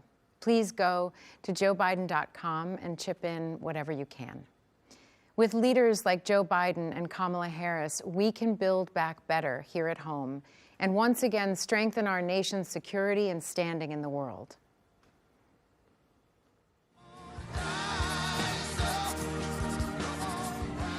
My name is DeMarcus Gilliard. I'm 34 years old, and I currently live in Los Angeles, California. I'm a 2009 graduate of the U.S. Naval Academy in Annapolis, and I served on active duty in the Marine Corps as an officer for 6 years.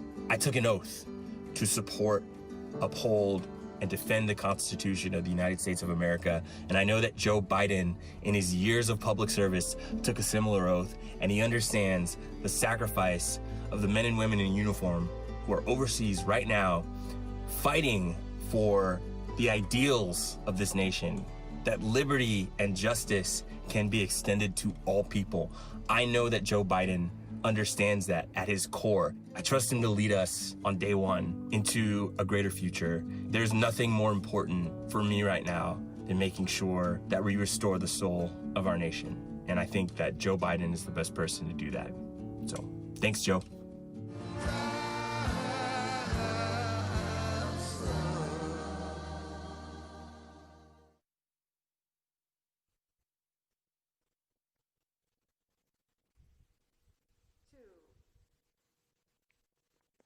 Hi, I'm John Kerry.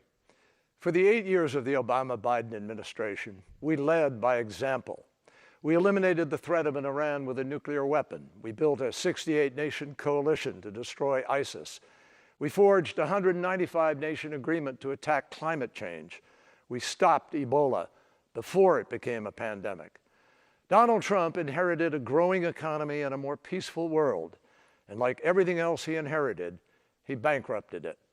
When this president goes overseas, it isn't a goodwill mission, it's a blooper reel. He breaks up with our allies and writes love letters to dictators. America deserves a president who is looked up to, not laughed at. Donald Trump pretends Russia didn't attack our elections, and now he does nothing about Russia putting a bounty on our troops. So he won't defend our country, he doesn't know how to defend our troops. The only person he's interested in defending is himself. This is the bottom line. Our interests, our ideals, and our brave men and women in uniform can't afford 4 more years of Donald Trump. Our troops can't get out of harm's way by hiding in the White House bunker. They need a president who will stand up for them, and President Biden will. Joe's moral compass has always pointed in the right direction, from the fight to break the back of apartheid to the struggle to wake up the world to genocide in the Balkans. Joe understands that none of the issues of this world, not nuclear weapons, not the challenge of building back better after COVID, not terrorism, and certainly not the climate crisis, none can be resolved without bringing nations together with strength and humility. Joe understands our values don't limit our power, they magnify it. He knows you can't spread democracy around the world if you don't practice it at home. And he knows that even the United States of America needs friends on this planet. Before Donald Trump, we used to talk about American exceptionalism. The only thing exceptional about the incoherent Trump foreign policy is that it has made our nation more isolated than ever before. Joe Biden knows we aren't exceptional because we bluster that we are. We are exceptional because we do exceptional things. On June 6, 1944, young Americans gave their lives on the beaches of Normandy to liberate the world from tyranny. Out of the ashes of that war, we made peace and rebuilt the world. That was and remains exceptional. It is the opposite of everything Donald Trump stands for. This moment is a fight for the security of America and the world. Only Joe Biden can make America lead like America again. If you agree, text JOIN to 30330. Thank you. In the Situation Room, presidents make decisions of war and peace. So when Joe Biden walks into the Situation Room, first and foremost in his mind is, how will my decision impact the lives of the American people? He is experienced. He has made the tough calls. He's got courage. He's got tremendous courage, character, judgment, and he can be tough. I witnessed it close up. Joe Biden is decisive and well prepared for any issue. There's no one more qualified than Joe Biden to be sitting at the head of the table in this Situation Room making decisions for this country.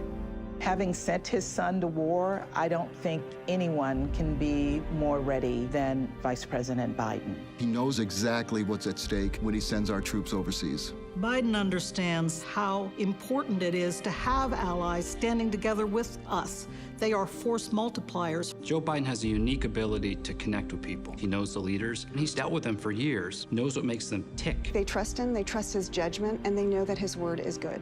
I know that Biden's personal diplomacy will save American lives.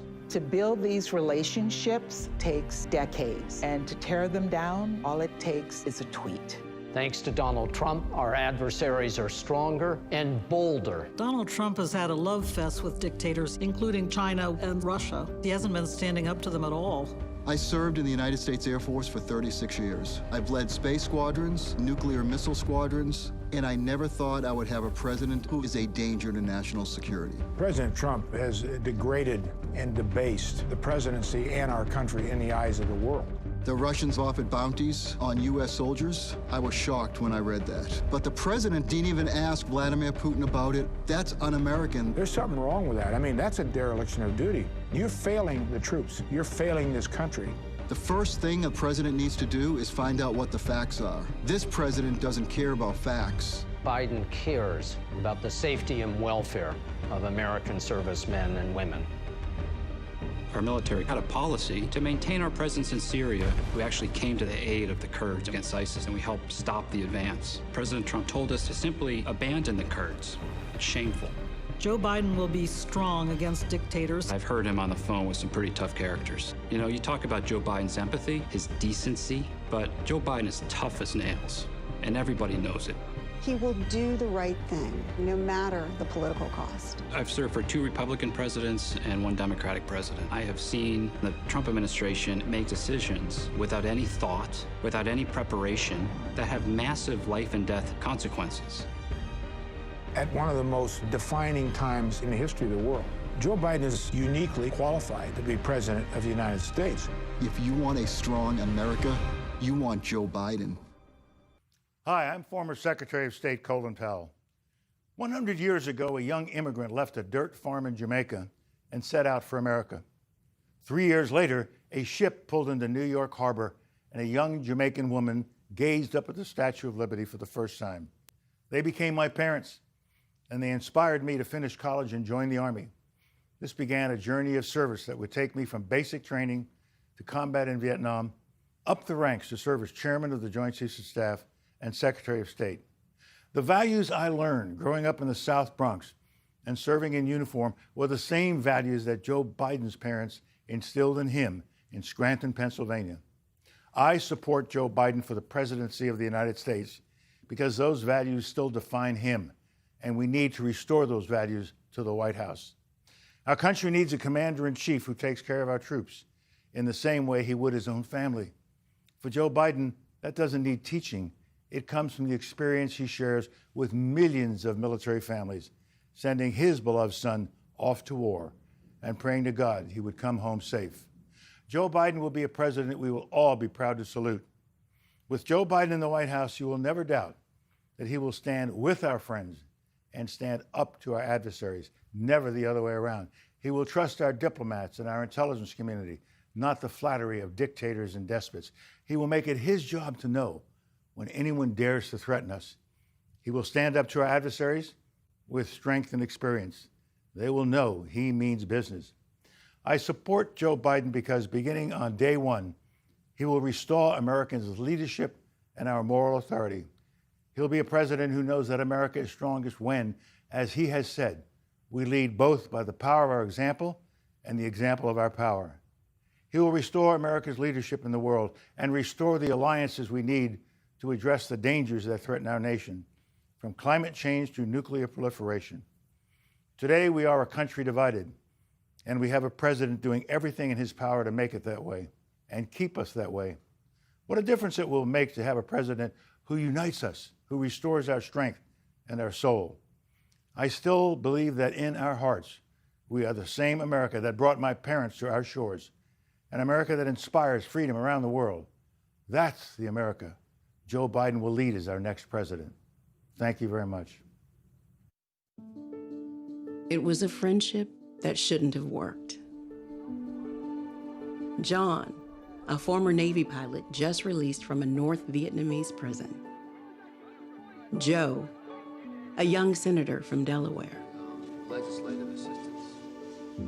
But in the 1970s, Joe was assigned a military aide for a trip overseas. I was the Navy's Senate liaison and used to carry your bags on overseas trips. The son of a gun never carried my bags. He was supposed to carry my bags, David, but he never carried my bags. John and Joe traveled thousands of miles together. The families got to know each other, gathering for picnics in the Bidens' backyard. They would just sit and joke. It was like a comedy show sometimes to watch the two of them. But when John was elected to the Senate as a Republican from Arizona, they found themselves on opposing sides. We're in different parties. We hold different views on many issues. They'd be going at it on the floor, and you think, oh, these guys must really, really, really dislike each other.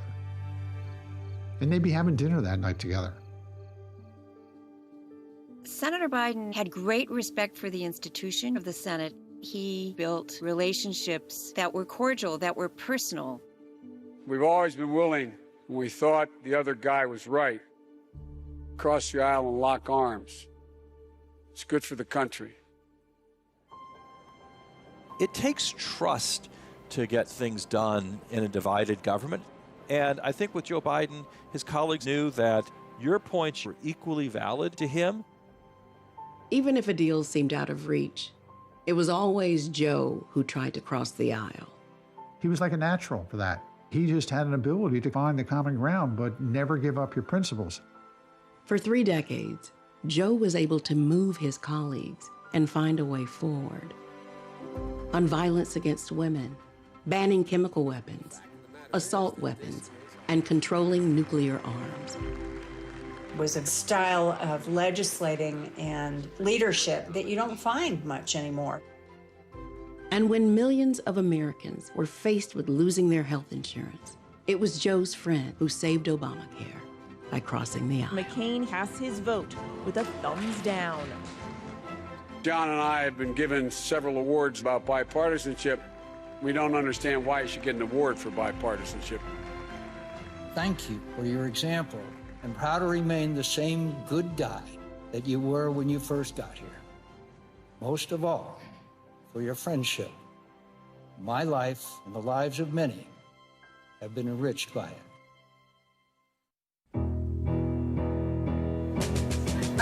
Love it. Good day, sunshine.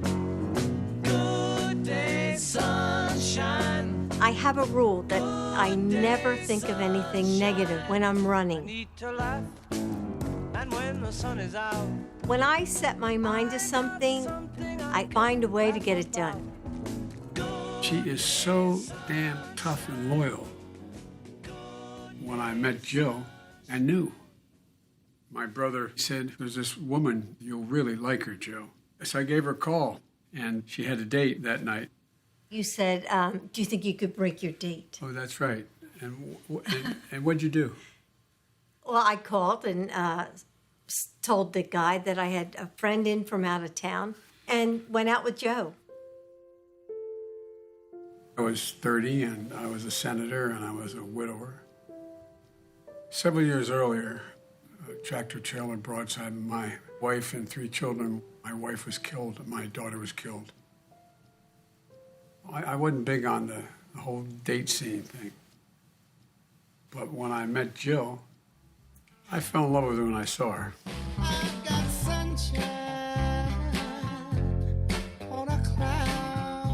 He said, I'd really like to see you again. So he's looking at his calendar and he's, oh, Thursday. No, I'm really busy. No, I'm busy Friday. How about tomorrow? And I thought, buddy, you just blew your cover. She's owned me since then. The boys fell in love with Jill, too. I'm brushing my teeth one morning, and they came running in, and Bo and Hunt said, Dad, we think it's time we marry Jill. Swear to God. I asked her to marry me 5 times. It wasn't just my heart that was on the line. I loved the boys so much. I had to be sure that it had to be forever. Now, I'm going to ask you one more time. Will you marry me? She goes like this. Okay.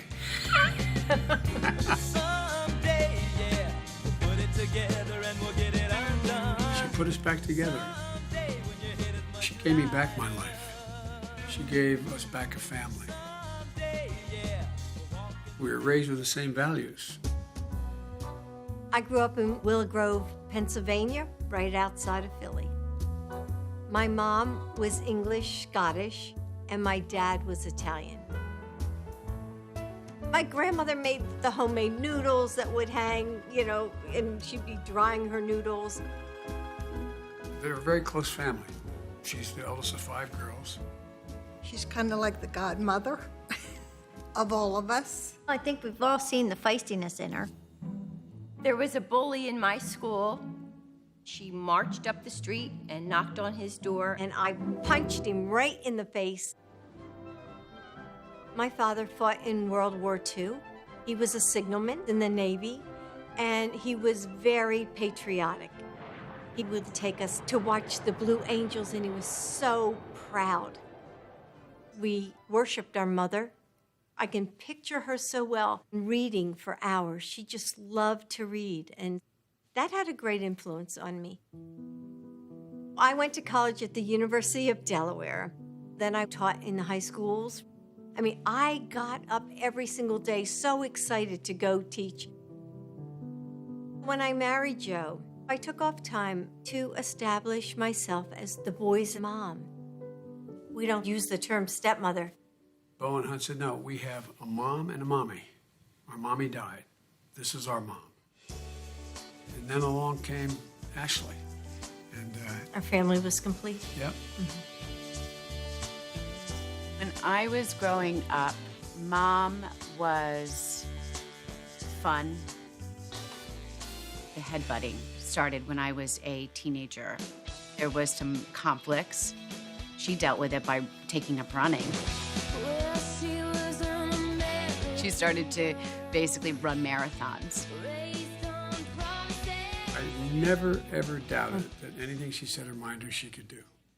I got to hand her her doctorate degree in education at the University of Delaware. You passed. That's all you got to do. Well, let's turn it positive, so you will pass it. I would say she's not your average grandmother. Yeah. She, she's the grandmother who wakes you up at 5 a.m. on Christmas Eve to go soul cycling. Yeah, literally. We have a lot of stories. Yeah, she's a prankster. Yeah. She's very mischievous. When she goes on a run, sometimes she'll find a dead snake and she'll pick it up and put it in a bag and she'll use it to scare someone. Oh. That's a classic Jill. She wasn't really a Washington person, and I don't think ever imagined herself being part of that. When Joe was elected to vice president, I just thought, hey, I got to step it up here because there are things that I really care about. Having had a father in the military, having a son deployed in Iraq, I saw the need to support military families. Dr. Biden could draw anyone in, and they felt like they were talking to an old friend. That is one of her superpowers.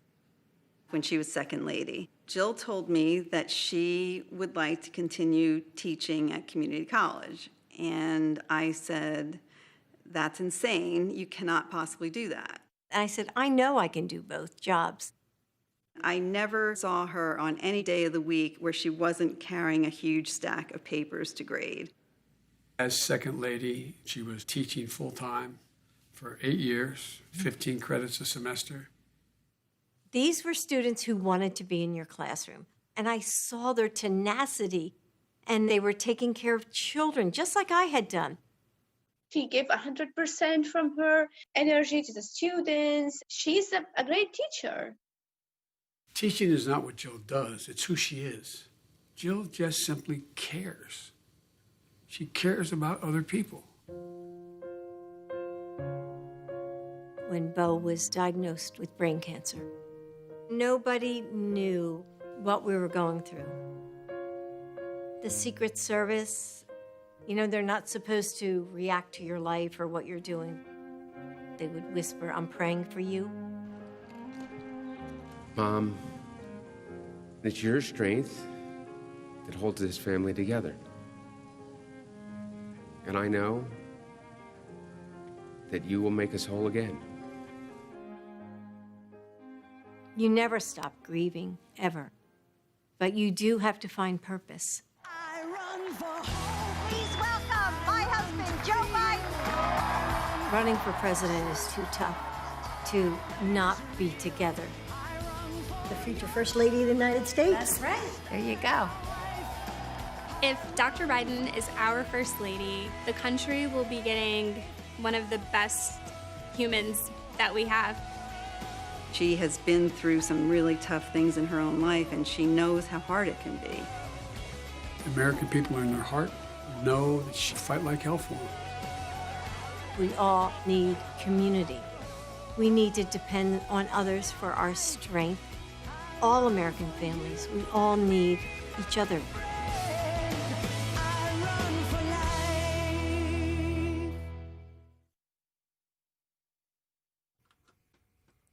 And now, please welcome Dr. Jill Biden.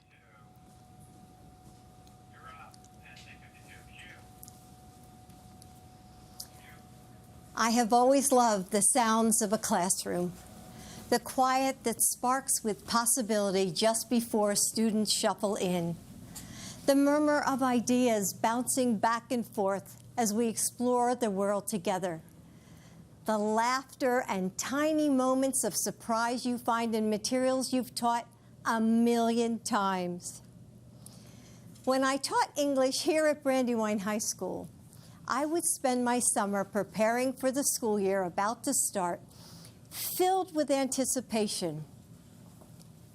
But this quiet is heavy. You can hear the anxiety that echoes down empty hallways. There's no scent of new notebooks or freshly waxed floors. The rooms are dark as the bright young faces that should fill them are now confined to boxes on a computer screen. I hear it from so many of you. The frustration of parents juggling work while they support their children's learning, or are afraid that their kids might get sick from school. The concern of every person working without enough protection. The despair in the lines that stretch out before food banks. And the indescribable sorrow that follows every lonely last breath when the ventilators turn off. As a mother and a grandmother, as an American, I am heartbroken by the magnitude of this loss, by the failure to protect our communities, by every precious and irreplaceable life gone. Like so many of you, I'm left asking, how do I keep my family safe? You know, motherhood came to me in a way I never expected. I fell in love with a man and 2 little boys standing in the wreckage of unthinkable loss, mourning a wife and mother, a daughter and sister. I never imagined at the age of 26 I would be asking myself, how do you make a broken family whole. Still, Joe always told the boys, "Mommy sent Jill to us," and how could I argue with her? And so we figured it out together in those big moments that would go by too fast, Thanksgivings and state championships, birthdays and weddings, in the mundane ones that we didn't even know were shaping our lives, reading stories piled on the couch, rowdy Sunday dinners and silly arguments, listening to the faint sounds of laughter that would float downstairs as Joe put the kids to bed every night, while I studied for grad school or graded papers under the pale yellow kitchen lamp, the dinner dishes waiting in the sink. We found that love holds a family together. Love makes us flexible and resilient. It allows us to become more than ourselves together. And though it can't protect us from the sorrows of life, it gives us refuge, a home. How do you make a broken family whole? The same way you make a nation whole. With love and understanding, and with small acts of kindness, with bravery, with unwavering faith. You show up for each other in big ways and small ones, again and again. It's what so many of you are doing right now for your loved ones, for complete strangers, for your communities. There are those who want to tell us that our country is hopelessly divided, that our differences are irreconcilable. But that's not what I've seen over these last few months. We're coming together and holding on to each other. We're finding mercy and grace in the moments we might have once taken for granted. We're seeing that our differences are precious and our similarities infinite. We have shown that the heart of this nation still beats with kindness and courage. That's the soul of America Joe Biden is fighting for now. After our son Beau died of cancer, I wondered if I would ever smile or feel joy again. It was summer, but there was no warmth left for me. 4 days after Beau's funeral, I watched Joe shave and put on his suit. I saw him steel himself in the mirror, take a breath, put his shoulders back, and walk out into a world empty of our son. He went back to work. That's just who he is. There are times when I couldn't even imagine how he did it, how he put one foot in front of the other and kept going. But I've always understood why he did it. For the daughter who convinces her mom to finally get a breast cancer screening and misses work to drive her to the clinic. For the community college student who has faced homelessness and survived abuse, but finds the grit to finish her degree and make a good life for her kids. For the little boy whose mom is serving as a Marine in Iraq, who puts on a brave face in his video call and doesn't complain when the only thing he wants for his birthday is to be with her. For all those people Joe gives his personal phone number to at rope lines and events, the ones he talks to for hours after dinner, helping them smile through their loss, letting them know that they aren't alone. He does it for you. Joe's purpose has always driven him forward. His strength of will is unstoppable, and his faith is unshakable, because it's not in politicians or political parties or even in himself. It's in the providence of God. His faith is in you, in us. Yes, so many classrooms are quiet right now. The playgrounds are still. But if you listen closely, you can hear the sparks of change in the air. Across this country, educators, parents, first responders, Americans of all walks of life are putting their shoulders back, fighting for each other. We haven't given up. We just need leadership worthy of our nation, worthy of you, honest leadership to bring us back together, to recover from this pandemic and prepare for whatever else is next. Leadership to reimagine what our nation will be. That's Joe. He and Kamala will work as hard as you do every day to make this nation better. And if I have the honor of serving as your First Lady, I will too.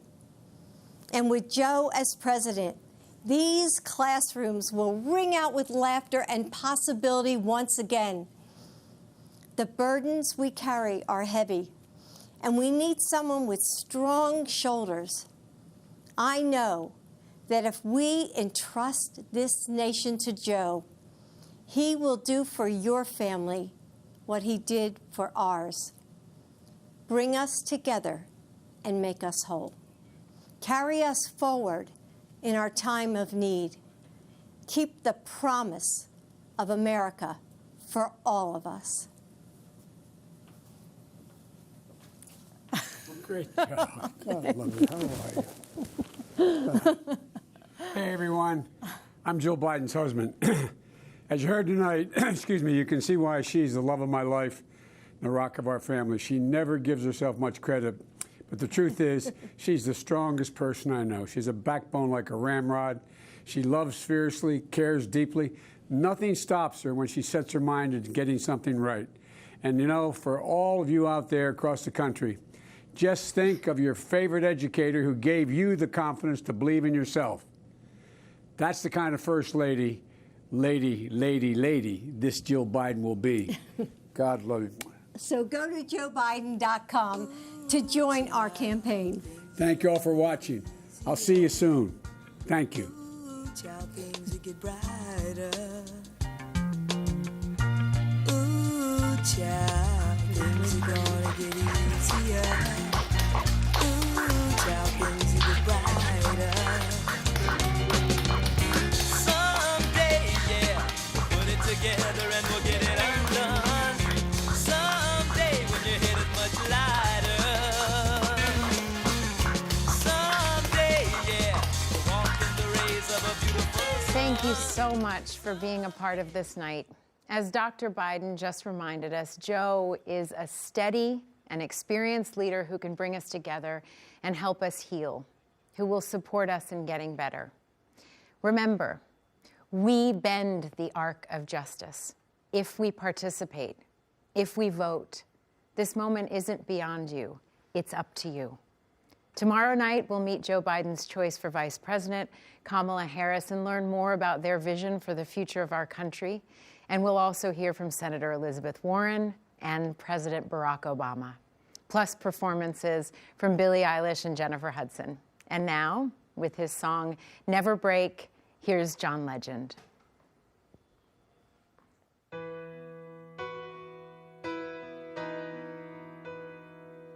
Oh, yeah. We got a good thing, babe.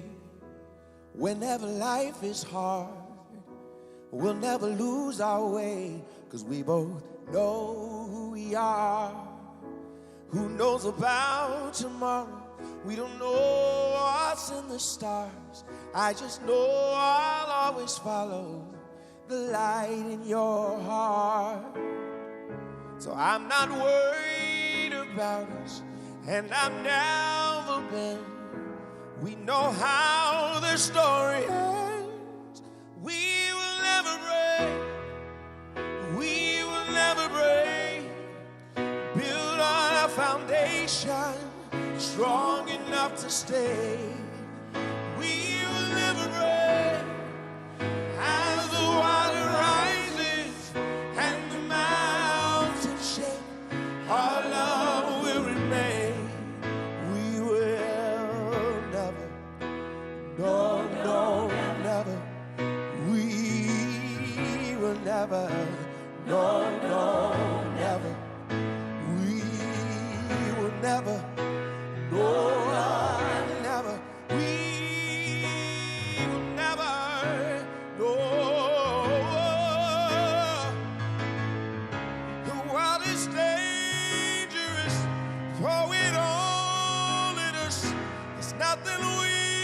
not take. We will never break. We will never break. Build on a foundation strong enough to stay. We will never break. As the water rises and the mountains shake, our love will remain. We will never, no, never. We will never, no, never. We will never, no, never. We will never, no. We will never, no, never. We will never.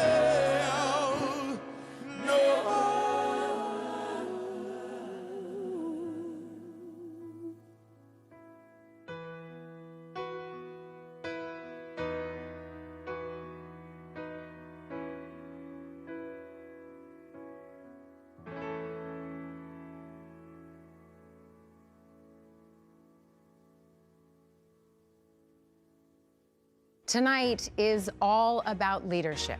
We will work to meet our extraordinary challenges because progress is made by the hopeful, not the cynical.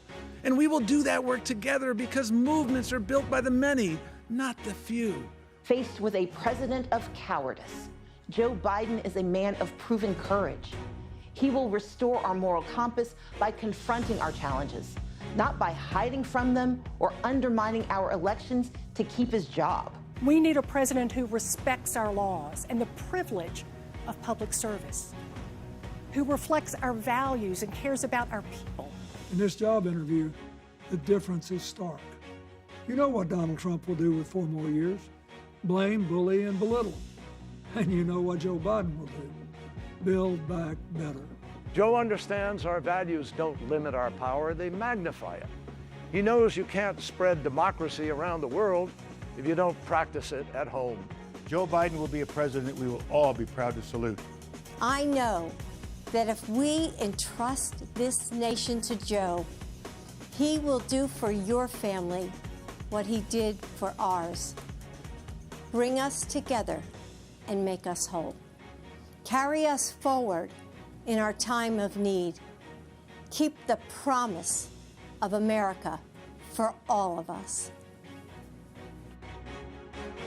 I'm Mary Ann Buddy, Bishop of the Episcopal Diocese of Washington, D.C., and I'm honored to offer the benediction tonight. Hear these words from pastor, civil rights leader, and peace activist William Sloane Coffin.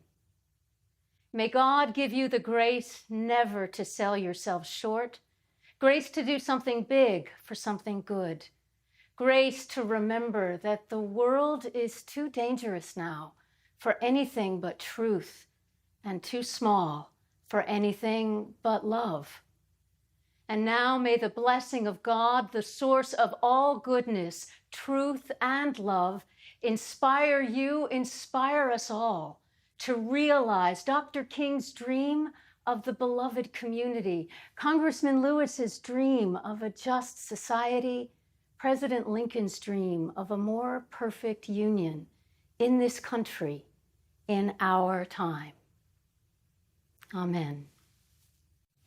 Delegates and distinguished guests, having concluded this evening's convention program, we will stand in recess until tomorrow evening.